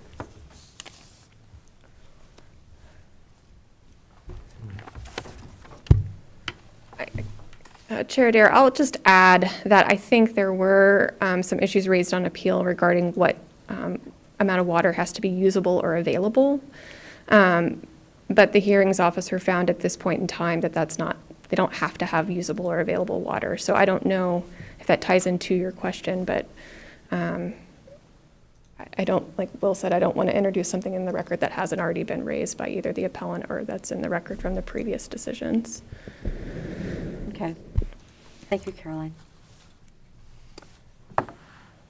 Commissioners, if I may, Adam Smith, Assistant Legal Counsel. I want to explain CDD's caution on some of these procedural errors. As the board is well aware, this has been a fiercely contested project with many, many appeals being filed and lots of time and energy being spent by the county and the opponents and the applicants on land use matters in front of the Land Use Board of Appeals and the Court of Appeals and the rest. So CDD is being appropriately cautious in ensuring that we're not creating any procedural errors, which will just add more additional appellate steps. The sensitivity to committing any procedural fouls is really just to ensure a fair and equitable process for all of the parties as we're processing these applications, and our desire to ensure that no procedural errors are created, I think, is well warranted because of the history of this case. Thank you, Adam. So you said it was 3 parts, but we're looking at the one part, and it says it actually, final action has to take place tomorrow, which is not possible? Correct. Okay. So do we need a separate recommendation then on that point? I mean, the staff is recommending insufficient time. So, sorry, my memo, I think it's attached at the very end of your packet. So sorry if that's not in there, but the recommendation is to pass make a motion to pass the order declining to hear review of the first appeal. Okay.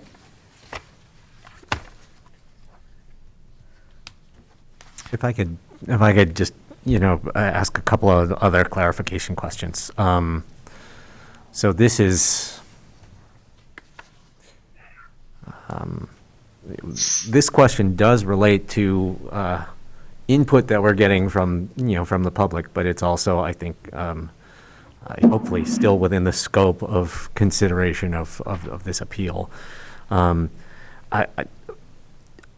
Many people who write to us about this issue, I think, are under the impression that, we are making a new decision to approve or deny a project at this point in time. And my understanding is that a lot of what we're arguing about is not that, because we are not able to take back a final approved master plan and efficient wildlife mitigation plan, but rather more narrowly that we are arguing about whether the mitigation requirements are being, that were laid out in that framework are being met or not. I mean, is that accurate? That we're not working at the approve or deny a whole project level. We are really disputing, very specific questions like, are our mitigation requirements being met or not? So to speak to your mitigation question, in this case, the hearings officer found that that's going to be met by that annual report. So that was one of the outcomes or findings from the hearings officer decision. More broadly, a site plan review is generally looking at things like circulation on a site, so vehicular access, pedestrian access, more kind of on the ground level details. And stepping back, the final master plan was looking more broadly at the overall development. And now we're getting to the more individual details, lot size, how everything's going to cohesively be laid out in a way that meets the county's development standards. But the mitigation water is pretty central to the appeal arguments that are laid out here. Yes. In the request to hear the appeal is, yes or no? I could weigh in here. I think central to your question, this information is in the record, is how that water right will function. And in the record, it's demonstrated that water right has been under substantial attack through the OWRD process by the same appellants. And the hearings officer gave a full and complete hearing to that information. And I want to read you a paragraph from that I think is really helpful in understanding that. It's brief. The hearings officer takes notice that the Oregon Water Resources Department is the governmental body charged with administering water law in Oregon, not Deschutes County. Deschutes County has no authority to legally approve or cancel an Oregon water permit. That authority is within the province of the OWRD. LUBA appears to agree with that division of responsibility, citing Bauman versus Jackson County. 1992, LUBA held that the context of a state agency permits an application only needs to determine if a proposal can comply with obtaining the required state permits. The hearings officer finds that ultimately the questions of is there usable water for Thornburg will be determined by OWRD. Thank you. Okay. I guess, kind of, what my final big question that I'm trying to get my head around is that question of deference. I mean, are we, as we look at this appeal request, are these issues of state statute, or are these issues of local code and regulation that we would get deference from LUBA on, or some combination of the above? I would invite Adam to respond to that one, if he's available for that. Yeah, yeah, I'm happy to. Commissioner, it's similar to the answer I gave on the previous project, that it's difficult to answer the deference piece because it's very much dependent upon the nature of the arguments that are raised in front of the Land Use Board of Appeals. In this case, however, I'm confident saying that I think it's highly unlikely that you will receive deference, at least on the mitigation water piece. That very same or very similar argument was raised in one of the previous Thornburg decisions regarding the golf course, with the applicant at that time arguing that it was interpreting the condition number 10, the mitigation issue, was essentially the same as interpreting Deschutes County code, and the county should be afforded deference to their decision. The opponents argued that it was not interpreting a county code provision.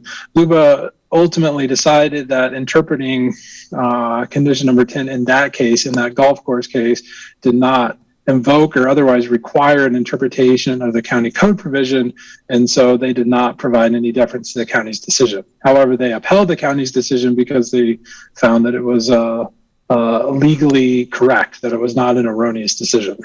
So deference is really just the first step in the equation. It's deciding how a decision is to be made. It sets forth the analysis that the Land Use Board of Appeals needs to go through, but it's not outcome determinative. They still need to then go through that process. But to summarize, assuming that the arguments with these particular applications are the same or substantially similar to the way the deference question was raised in the golf course matter, I think it's highly unlikely that the Land Use Board of Appeals will provide deference to the county commissioner's decision, in which case there's no benefit to necessarily hearing this matter. At least from the water mitigation, the mitigation water issues perspective. On the narrow, yes, correct. On the narrow question of the water mitigation perspective, I do not think you are going to receive deference on how you interpret and apply that matter to this case. So you'll get the same, the hearing officer's decision would get the same treatment from the Land Use Board of Appeals that the Board of County Commissioners treatment would receive. Got it. Thank you. So I'll make a motion if we're ready to I think so. deny. So I'll move denying the review of the hearings officer decision on file number 24721 637-TP and 24721 948-A by order number 2022-011. Is there a second? I'll second. Any more discussion? Commissioner DeBonne, Yes. Mr. Chang, Yes. and the chair votes yes. Great discussion, though. Thank you. Thank you, Carolyn. Yeah, we actually have a second Oh, that was review just that the we have. first half of Yeah, it? that's just the first half. I was trying to do both, I There's thought. one Okay, more. okay. Well, it had two. Yep, so Did you put on slide? even though I thought, no, I got the other one right here. Right, so if I may, Sure. the second appeal before you is 247-22-000175A. In this case, this is a tentative plan approval for 108 single-family dwellings in Phase A2. This had the same trajectory as the last application, where a staff decision was initially issued approving the tentative plan. That decision was appealed. The hearings officer denied the appeal and upheld the staff decision with a few additional conditions. And that hearings officer decision has now been appealed and is before you today. So again, the things you can consider as part of your decision to hear or not hear the appeal is the record developed as part of the staff and hearings officer's decision, the notice of appeal, and you can also consider staff recommendation. In this case, there were 21 different issues on appeal, and I've highlighted the same three key appeal issues related to compliance with the final master plan, changes to the water rights for the resort, as well as the subject application being inextricably linked to the pending appeals at the state courts. Similar to the last appeal, staff is recommending the board not hear this one due to time constraints. There's not sufficient time to conduct an appeal hearing, and the appellant was able to present all of their relevant evidence at the hearing before this. So the board does have the option to hear the appeal, and you can also decide not to hear the appeal. A decision to not hear the appeal results in the hearings officer's decision becoming the county's final decision. and I'm available for any more questions. So the clock on this one is actually March 16th. Yeah, it's a little further out. Yeah, next week. Yeah. Okay. Still only 9 days, though. I know, there's no time. Okay.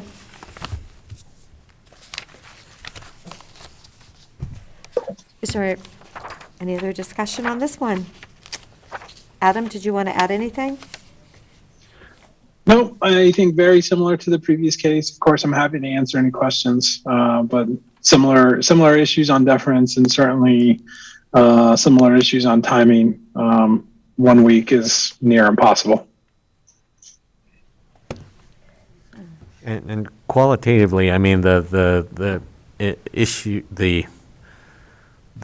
that are the base of the appeal are the same as they're, okay. I just wanted to make Yes. sure I wasn't missing something. They're very similar. I think there was one issue on appeal that did not make it from the previous one into this particular appeal. Okay.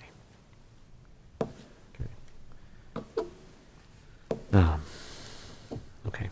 I'll move approval of Order 2022-012, an order denying review of hearing officer's decision in file numbers 247-21-000537-SP and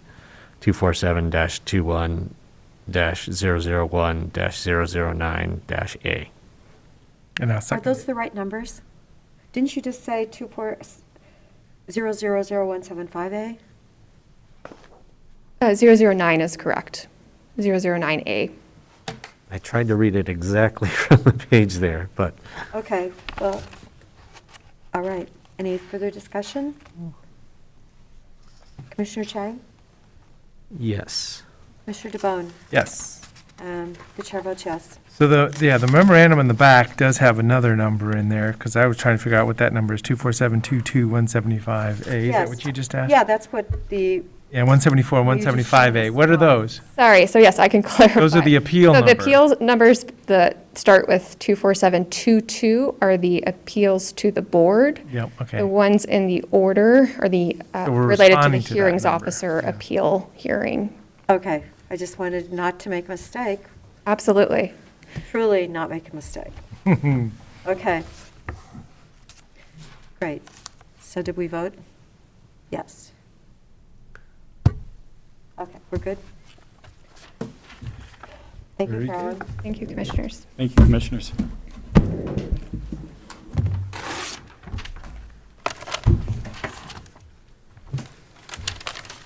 Thank you, Will.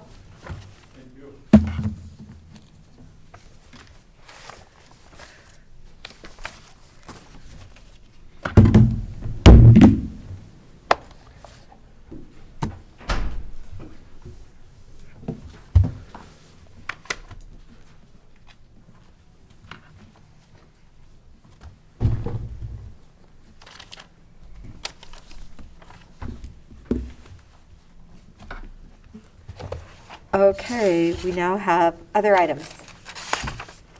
Peter? Good afternoon, Madam Chair, members of the Commission. For the record, Peter Gutowski, Community Development Director. I'm here before you to see if the Board of County Commissioners is comfortable to begin discussing two Planning Commission positions. The first, we have she's our current chair, Jessica Kiris, is available and has expressed interest for a second term, second four-year term. So that would be to June 30th of 2026. So that's a reappointment consideration. And I believe that the board met with Commissioner Kiris over the last several weeks just to follow up and have a conversation with her about her experiences and interest in the next four-year term. And then secondly, this week, the Board of County Commissioners with staff conducted interviews for an open position, an open at-large position for the Planning Commission.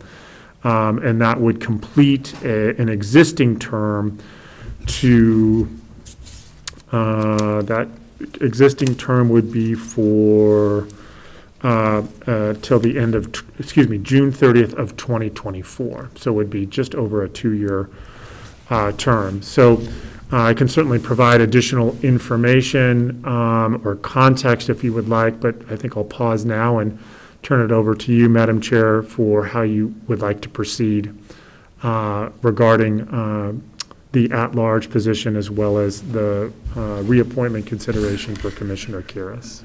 Okay, I think it would be good to go ahead with Jessica's, if we're all in agreement to have her reappointed for that additional 4-year term. That would make it simple, right?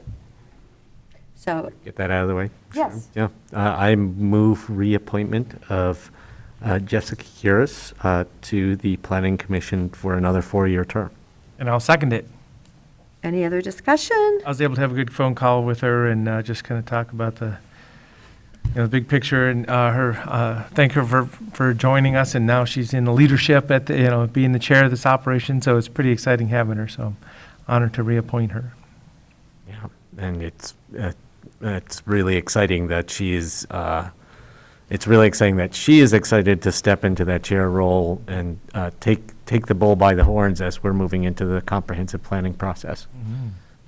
It'll be a big responsibility for a chair over the next couple of years.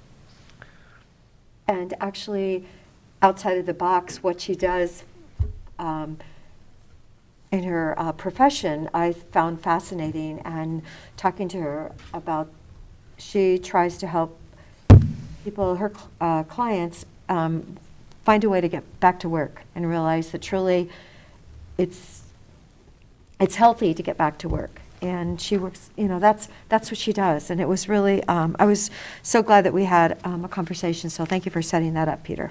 You're welcome. So Commissioner Chang, how was your vote? Yes. And Commissioner DeBonne? Yes. And the chair votes yes, definitely. Thank you.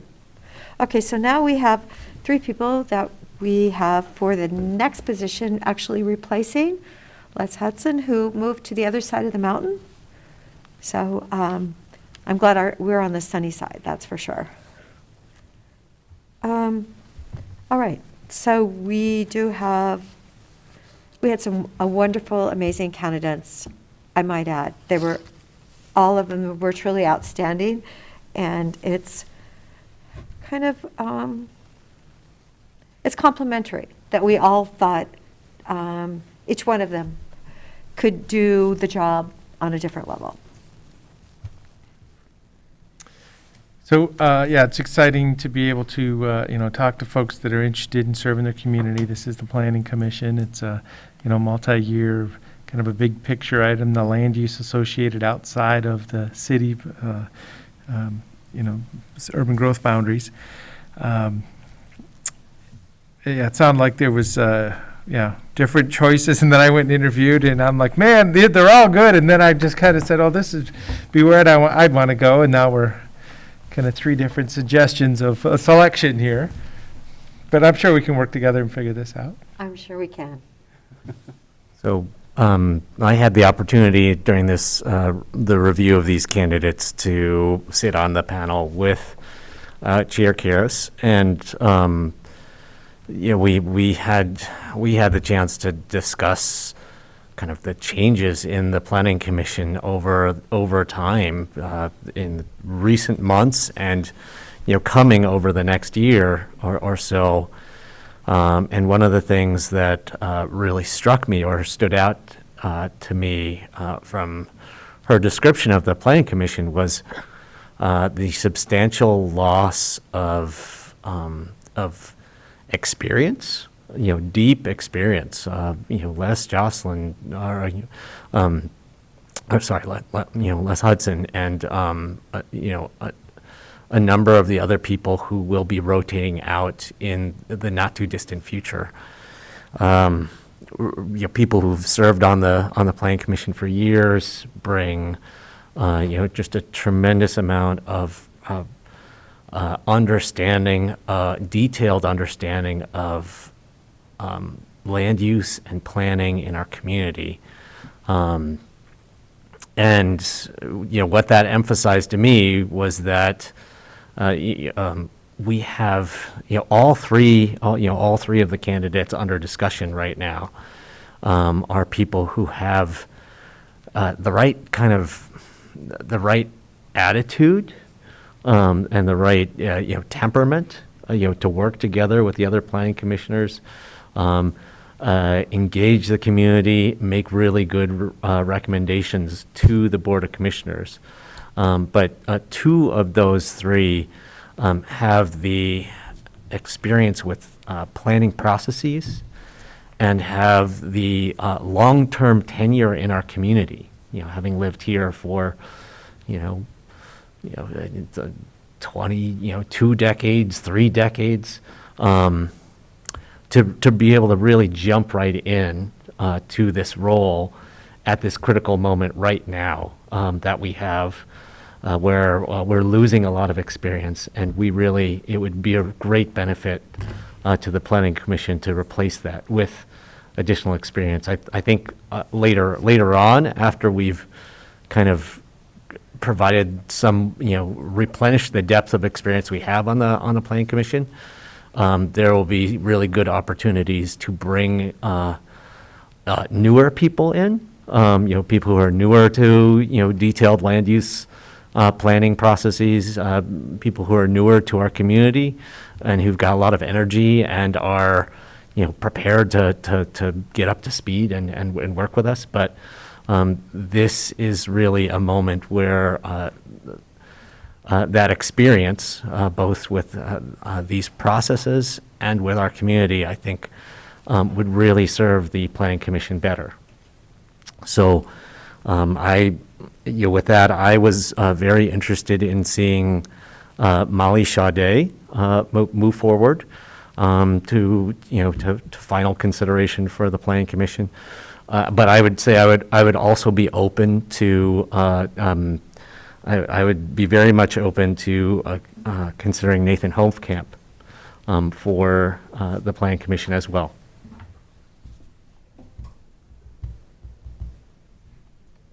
Mr. DeBonne, did you want to say anything? I just get back to the concept that, this is the Planning Commission, and I really like the idea of people with different opinions, different experiences, different points of view, and I'm referring to, full-on, saving nature opposed to develop and sell, so I mean, just the whole spectrum of opinions. This is the Planning Commission. We are a growing area. When we were doing the interviews, I started to come up with the concept of, we're about 200,000. We're talking about a horizon, 235,000 is some date out there. I forget the dates, but 250 is kind of like the next big step you think of, that I think of. 250,000 people is of 250,000, so you just got to start to think like that. How, where are we going to put everybody? So yeah, just back to the beginning here. I mean, I definitely don't mind, that diversity of opinion on the Planning Commission. So, as I say, Nathan and I just kind of, I interviewed the three that we're all talking about here, and Nathan seemed to have a good round view of everything. I know it's interesting, was talking with people that actually live in the Tahoe area, and you think of that as a destination also, but their population is much, much, much smaller than Deschutes County, and yes, definitely we do have a population that's growing here, and it's it's wise really to get someone with a lot of depth on the commission. So it seems like I was happy to see that Nathan didn't work for, weren't we threatened by 1,000 Friends a couple of years ago?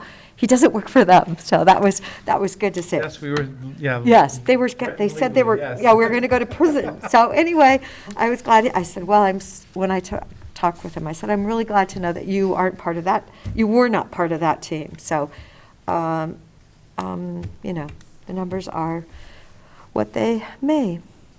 Well, and with the other interviews, I mean, Molly Sade, very exciting, great experience, long-term history, and Eric Berlin, that's exciting. I mean, just talking to him is just get a little bit of excitement going.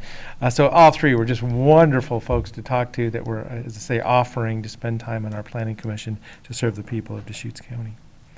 And the good news is what, we'll have 2 people to replace shortly.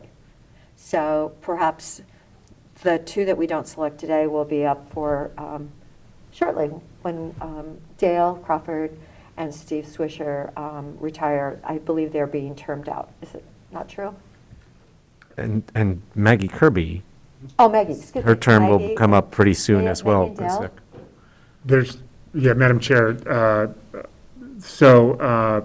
Commissioner Steve Swisher terms out this June, so we're actually actively, thanks to the help of personnel and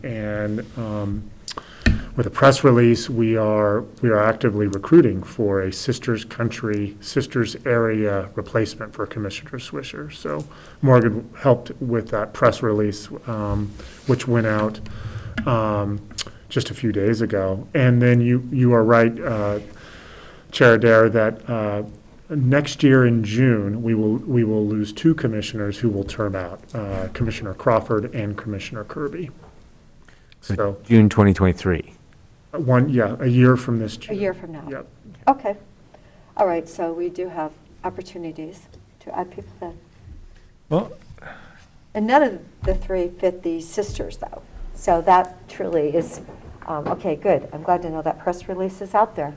Yeah, the recruitment is for just about a little over 4 weeks. So next month, I'll come back, let go through the same process, same conversation. I'll let you know how many applicants we have and what your thoughts are for how to interview that vacancy. But we can revisit that in a month's time. And I do want to thank them for their service. It's a serious commitment. It's 2 Thursdays a month. It's critical, and we appreciate their feedback. And I do believe we'll be having probably a combined meeting with them in June. So Correct. Duly noted by staff. thank you very much, Peter. in person probably, too. That's the good news. So Commissioner DeBonne, you want to stay with Nathan then? Yeah, I'd support Nathan, so at this point, I'll move Nathan Hofkamp to join us on the Deschutes County Planning Commission for a 4-year term, I think, if we want to. Is it 4, or I thought it was 2? I was It's just a finishing two-year a term. Yep, 2-year term, let's Two-year. get clear, It's yeah. till June Yep. 30th of 2024. Commissioner Chang, did you want to second it? I mean, I would support Nathan. I mean, I would also put forward that I would also be happy to make a motion to appoint Molly Chaudet to this position. So, we have to finish one motion first before we can consider another. Is that right? Right. So, So with that interest in, potentially offering that up as a motion, I'll abstain from seconding it, for the moment. okay. All right, then I'll second the motion for Nathan. Is there any other discussion? Could you remind the community who is on the board, on the Planning Commission at this time? Just I'd be so happy we to.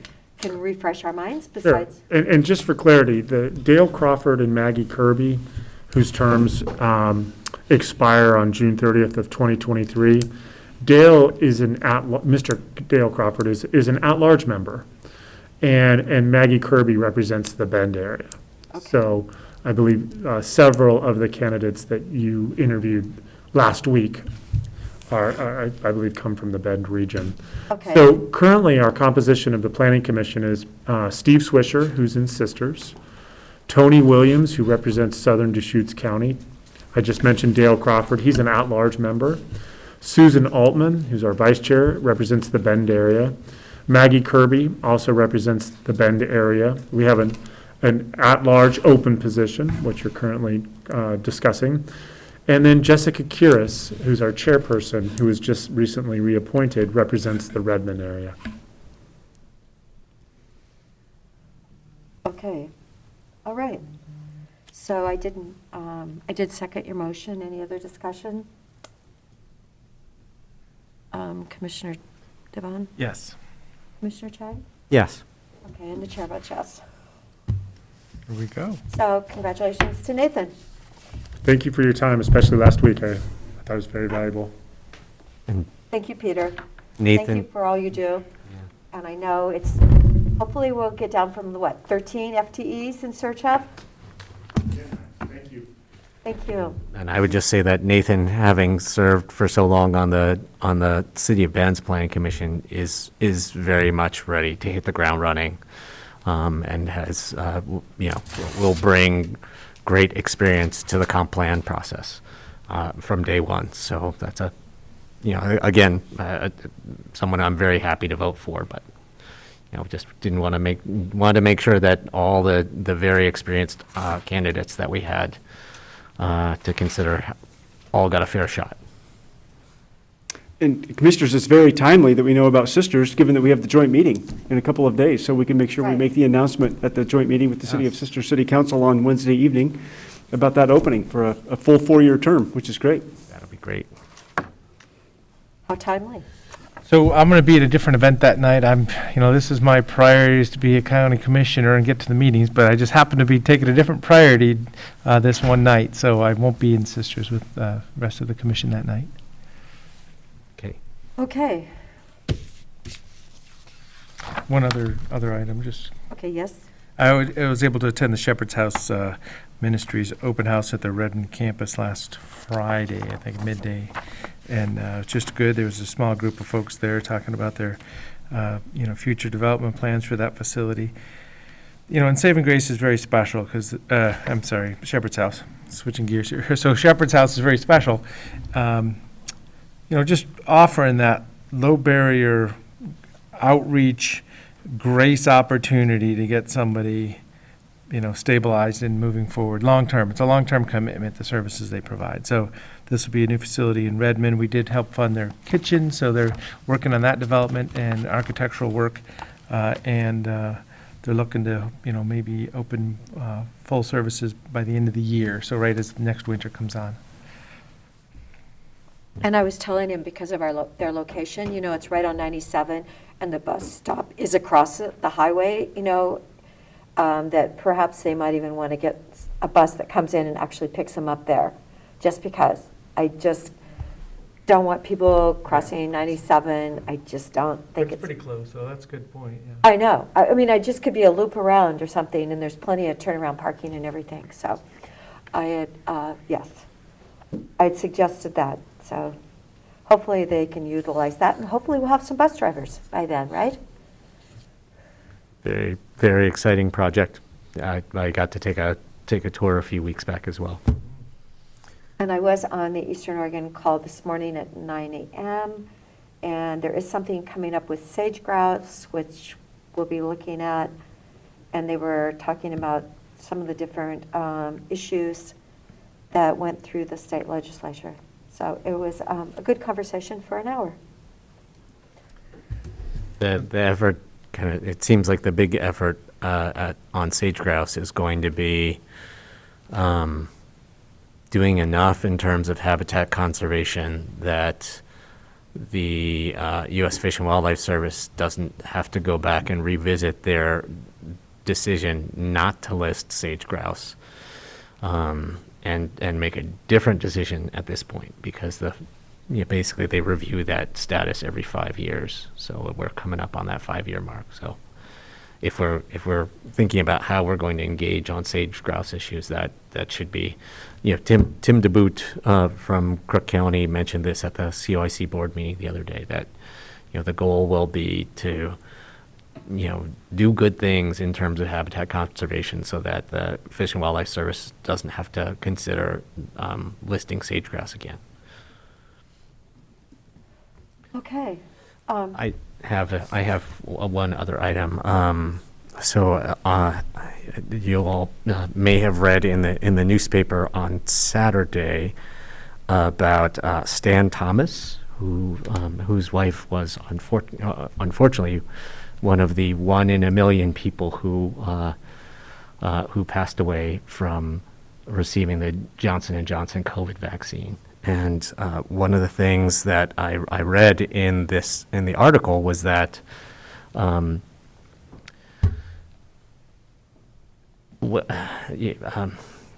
they had asked the federal government for assistance with funeral burial costs, and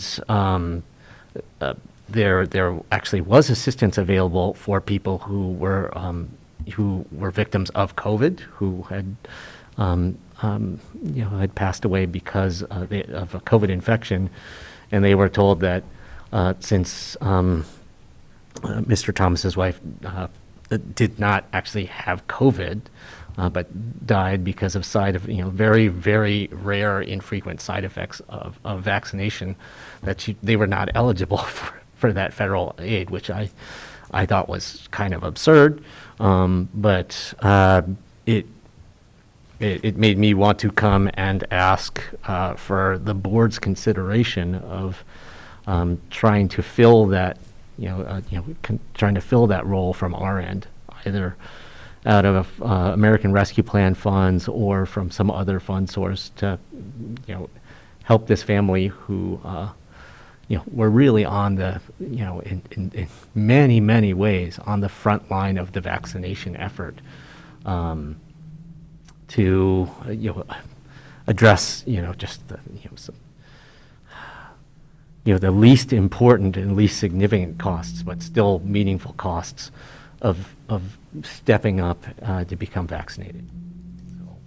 So, that's my proposal, is that we explore, a small amount of American Rescue Plan funding or other funding to help offset, for funeral or other related costs for this family.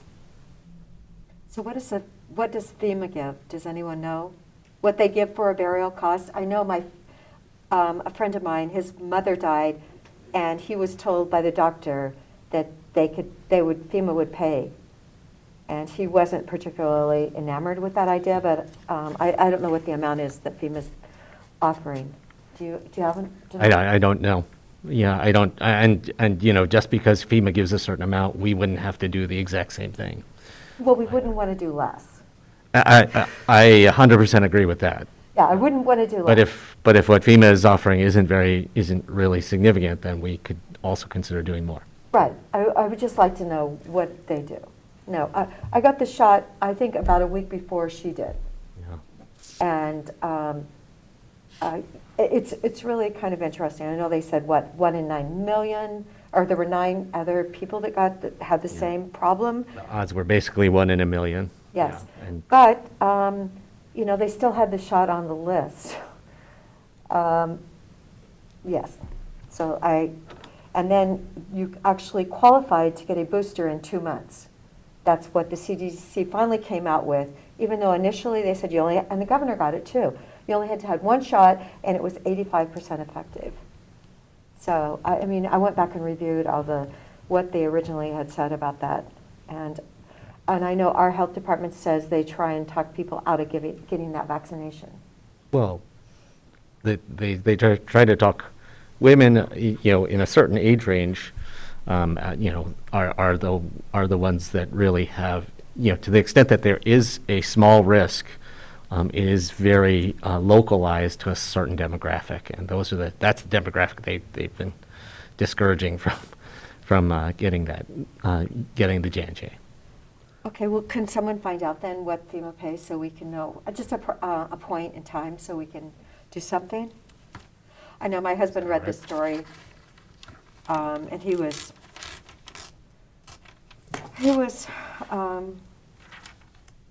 very, he felt really sad for the family. Yeah. And I'd also just say that, the rest of the story that Mr. Thomas, even after that experience, he felt that getting the vaccination was important, and that it helped, that the risks of being vaccinated were lower than the risks of getting infected with COVID unvaccinated, and proceeded to do that. It's quite a, it's a tremendous story in support of the vaccination efforts in our community and efforts to contain COVID and to protect our loved ones and friends and family from the disease. So I would very much like to figure out whether we can offset one of the lesser costs and impacts of this vaccination, but still probably a significant dollar cost for this family. Okay, I'm sure we'll find out shortly then. It's pretty easy to find online. I just Did you pull it up I just already? Googled it. Oh, thank you, on Nick. the FEMA.gov, under their FAQ page, their frequently asked questions page. I was responsible for funeral expenses for more than one person whose death was attributed to COVID-19.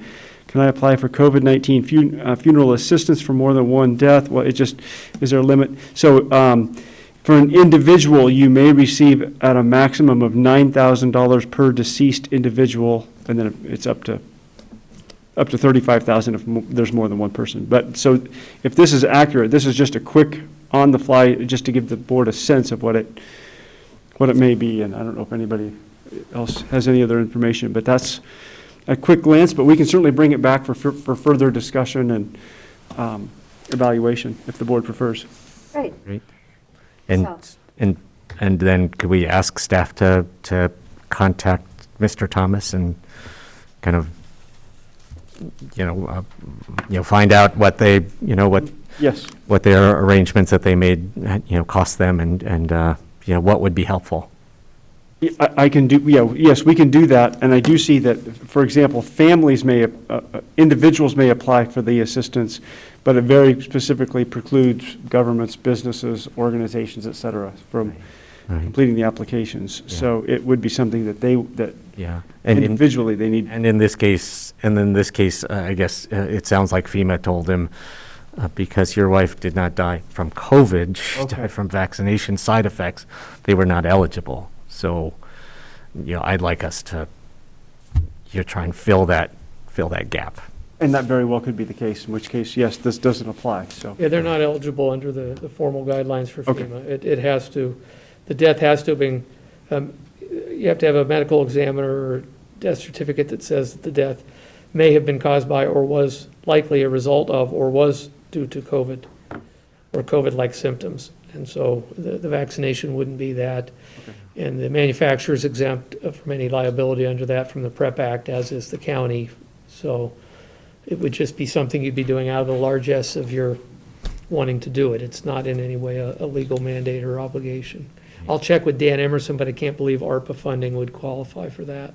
I'd be very surprised. Would or wouldn't? Would Would not. I would not expect that it would, but I'll check. Dan's our expert on all things ARPA funding eligible. And Yeah. so I'd like to run that by him, but I tend to think it wouldn't be. But he's pretty sharp. He may find a way around it. And Nick, thank you for looking up the FEMA number, so we have some kind of basis for comparison, or starting point for discussion. Thank you. Okay. Did you have any other? No, that was it. Okay. Thank you. Nick, did you have something you wanted to bring up? Thank you, Chair Adair. I have a couple of items. One item is a potential letter, and we do have Nathan Garibay online, a potential letter of support for the Lower Bridge Rangeland Fire Protection Association. I'll pass this letter out. This is a letter that Jefferson County Board of Commissioners sent to the Oregon Department of Forestry for the board's consideration, and Nathan may have a perspective to share as well. We haven't coordinated yet, but I appreciate him joining us. Hello, Nathan. So nice to see you.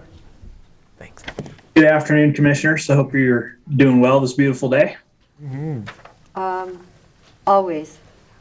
Oh, yes, I haven't gotten my 30 minutes of exercise yet, though, Nathan. But there's still time. I know. I'm sure there is somewhere. I just was asked to step on in case you had any questions. So as many of you know, and I know Commissioner Adair, you've had some interactions with some of the neighbors out there in the Lower Bridge area.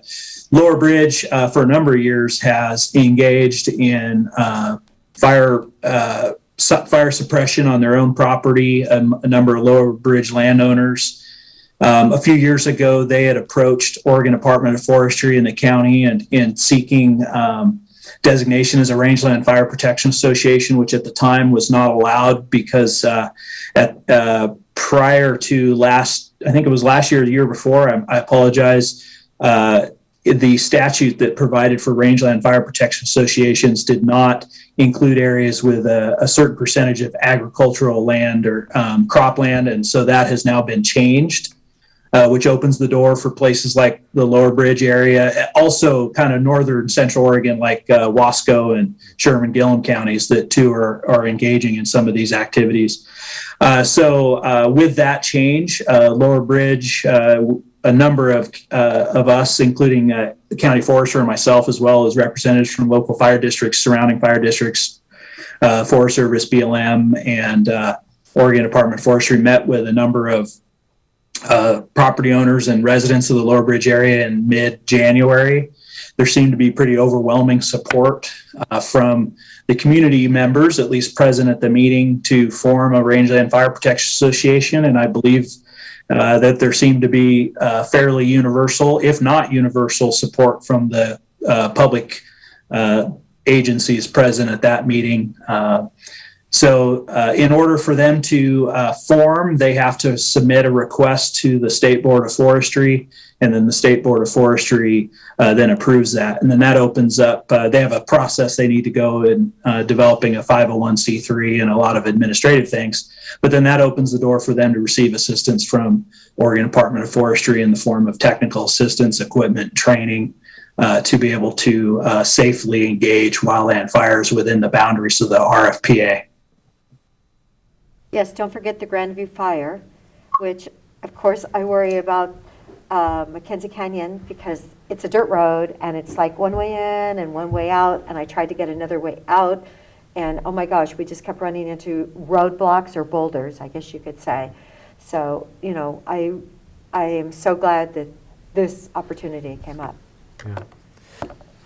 Nathan, you mentioned Ed Keith, our county forester, and I know that Ed has spoken to us about this particular area a number of times as sort of like a gap in terms of, institutional coverage for fire protection. So I think this is a really exciting proposal from that perspective. One other thing I wanted to ask about was I'm actually under the impression that SB 762 is going to not compel this, but basically require counties to make sure that that they have wall-to-wall coverage by fire districts or fire protection organizations at some point in the near future. So does the formation of this RFPA, is this something that we were going to have to do anyway? Support the development of this RFPA. In which case, this is, it's great that they are, they're self-starters and they're ahead of us. Yeah, I don't think, or at least I haven't seen what the definition of fire protection as legislated in Senate Bill 762, what that definition is actually going to look like. I think that's still in formation, but I would say that it's going to be something similar to at least, this is complete speculation that an RFPA is going to be the minimum standard. So I think that this helps the county potentially meet that burden, although I don't think we've been told, and Ed probably would be the latest on it, but I don't think we've been told exactly what that requirement is going to look like. But I do think that the RFPA helps us meet that standard for sure. It also is a relatively cost-effective way to provide a baseline level of fire protection, at least to these communities. And then, if the requirement's higher, then, we can evaluate that and see how we need to support that. But I think that this is good timing in helping us not only mitigate a gap in fire protection, but also start to meet those future requirements. Great, thank you. So who is a Rangeland Fire Protection Association? Is there a board? Is there a group? Is it the property owners? Yes, so they form a board of directors, and if you remember, we signed an updated agreement with Brothers Hampton Rangeland Fire Protection Association to help support them with a little bit of funds annually. That's basically the exact same model as what the Brothers Hampton is, or I should say a similar model in that they need a board of directors, and then they manage their finances, and they have to file with the Secretary of State's office and do all the things to develop a nonprofit organization. And then once they get that done, they can work with Oregon Department of Forestry and sign a mutual aid agreement with the Oregon Department of Forestry and potentially BLM. And so that helps them then interact and engage on a good footing with the public land management agencies that have kind of intermixed areas of responsibility. But there's nobody here today from those properties, I guess is my observation. No one here to ask for our support on this? Yeah. Oh, I actually got an email on it and shared it with Nick. Yeah, I'm just, I usually know the board we're working with, so, we're the Board of Commissioners, we're seeing what Jefferson County's doing, and Nathan Garaby's here, but I'm just wondering who are we doing this for? John Shepard asked, I know one of my other neighbors is Troy Bliss, who was a Navy Ranger who lives on Mackenzie Canyon.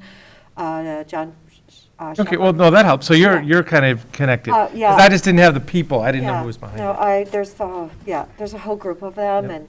and then I was trying to help someone else who was up from Mackenzie Canyon, and truly, he was only like 2 miles to get out from another exit, and there were too many boulders.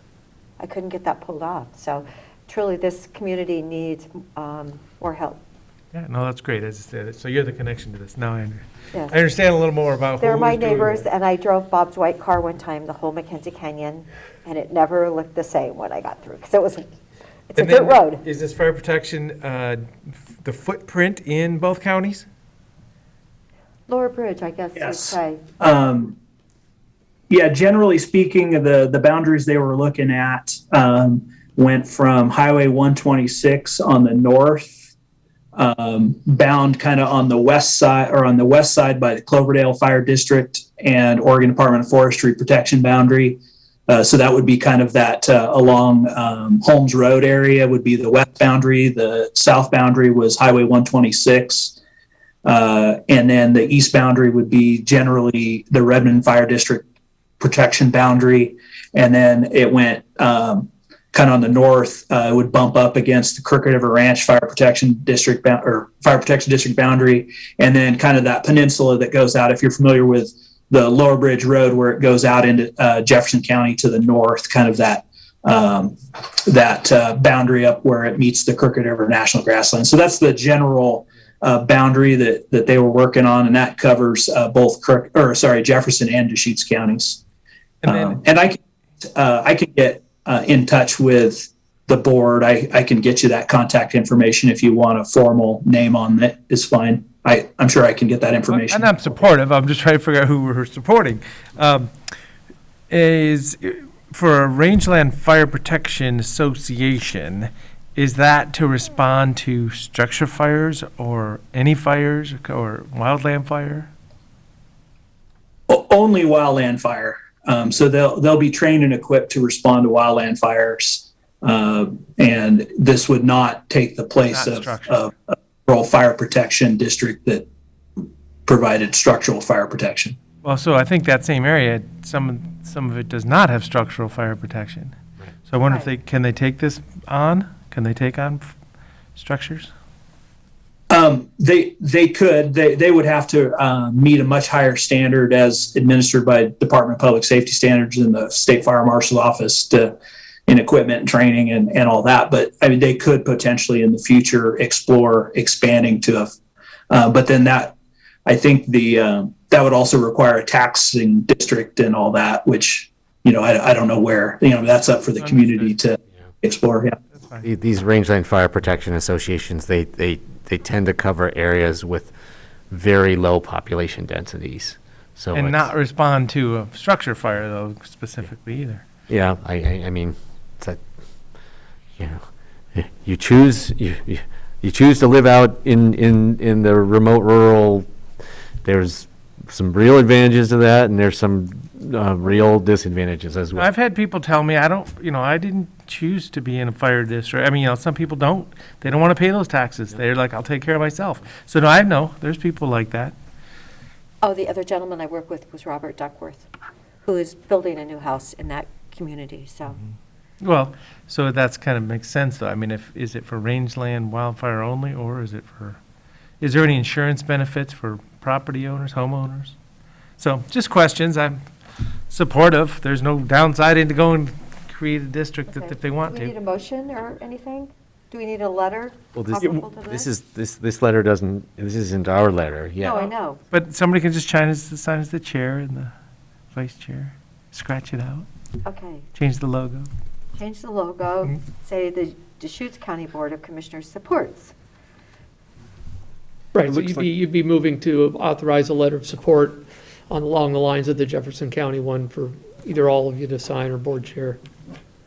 Okay, I moved to authorize a letter of support in support of formation of a rangeland fire protection association for the Lower Bridge community. And I'll second it.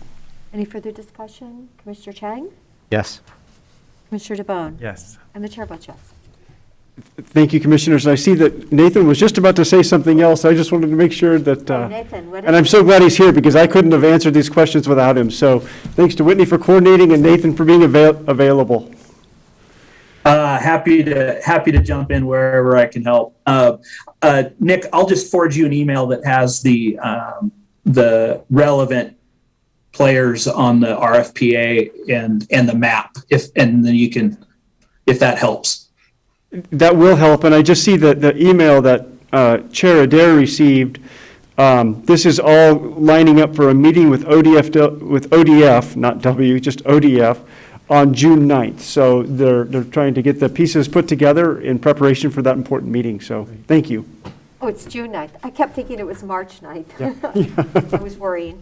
Oh, It seems like everything is happening in March. So, okay, great, June 9th. So Commissioners, that's one other item. Another item I have, and we can either talk about it now or we can talk about it at a subsequent meeting, and this is a draft response to the Lapine Rural Fire Protection District. They are asking the county to impose a permanent ban on the personal use and sale of fireworks. And I have a draft letter. We can either talk about it now or we can talk about it at a future meeting, your choice. I'll pass this out as you decide how you'd like to proceed. so I think we kind of made our choice on that. We haven't sent a letter yet. So, yeah, that was my question. So, in response to the request that they made, we have not issued a formal written response yet at this point. This Yeah, so is we just it. saw this. I did see this, would but I be it. guess yes. Must have just slept a few weeks since we. We have not provided a response. They sent a letter on December 9th, and then they had a follow-up letter or email on or in February. Yep. Initially, I had a draft response to February 23rd, but if the board would like more time to consider it, there's not a rush to do this. Well, this kind of, this states. We've what already we're talking- signaled to them, Yeah. our intent. And I called the think- chief after we made that decision too, to get him clarity. Yeah, so I think it's good to send them a formal written response as promptly as we can. And I like the language in this letter. I would be ready to support this letter right now.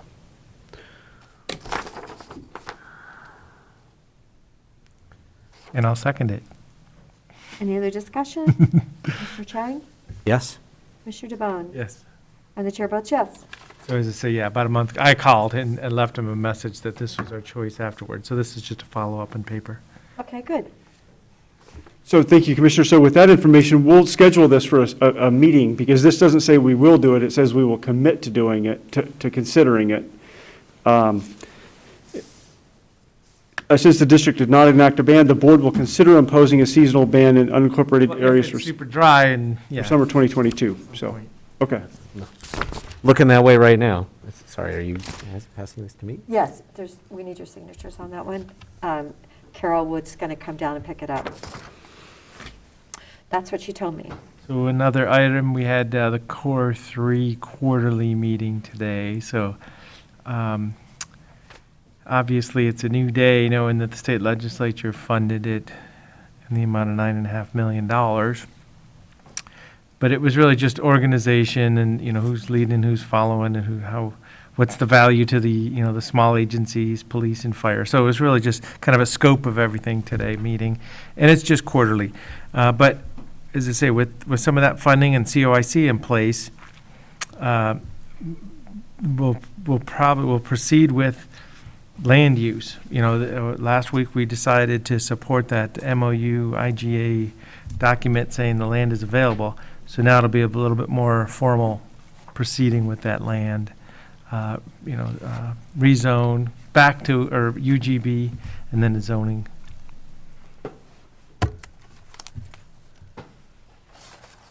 And it'll be a year before that ever comes around, gets A year? landed if it does, yeah. But it's getting more serious. Okay.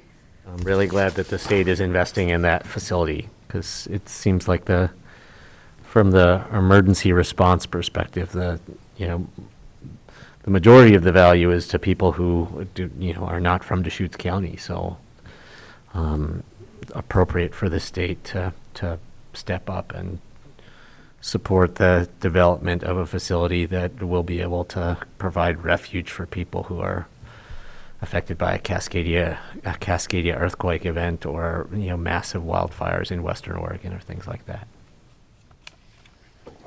And then, there's going to be avenues of asks now that the state supported it, go back to the feds again. And I know there's, discussions at the senator's office and, see what the federal government might want to be able to partner with us on too. Great. Okay, all right. Is that all of our other items? I think we need to go into executive session now, please, under D, labor negotiations.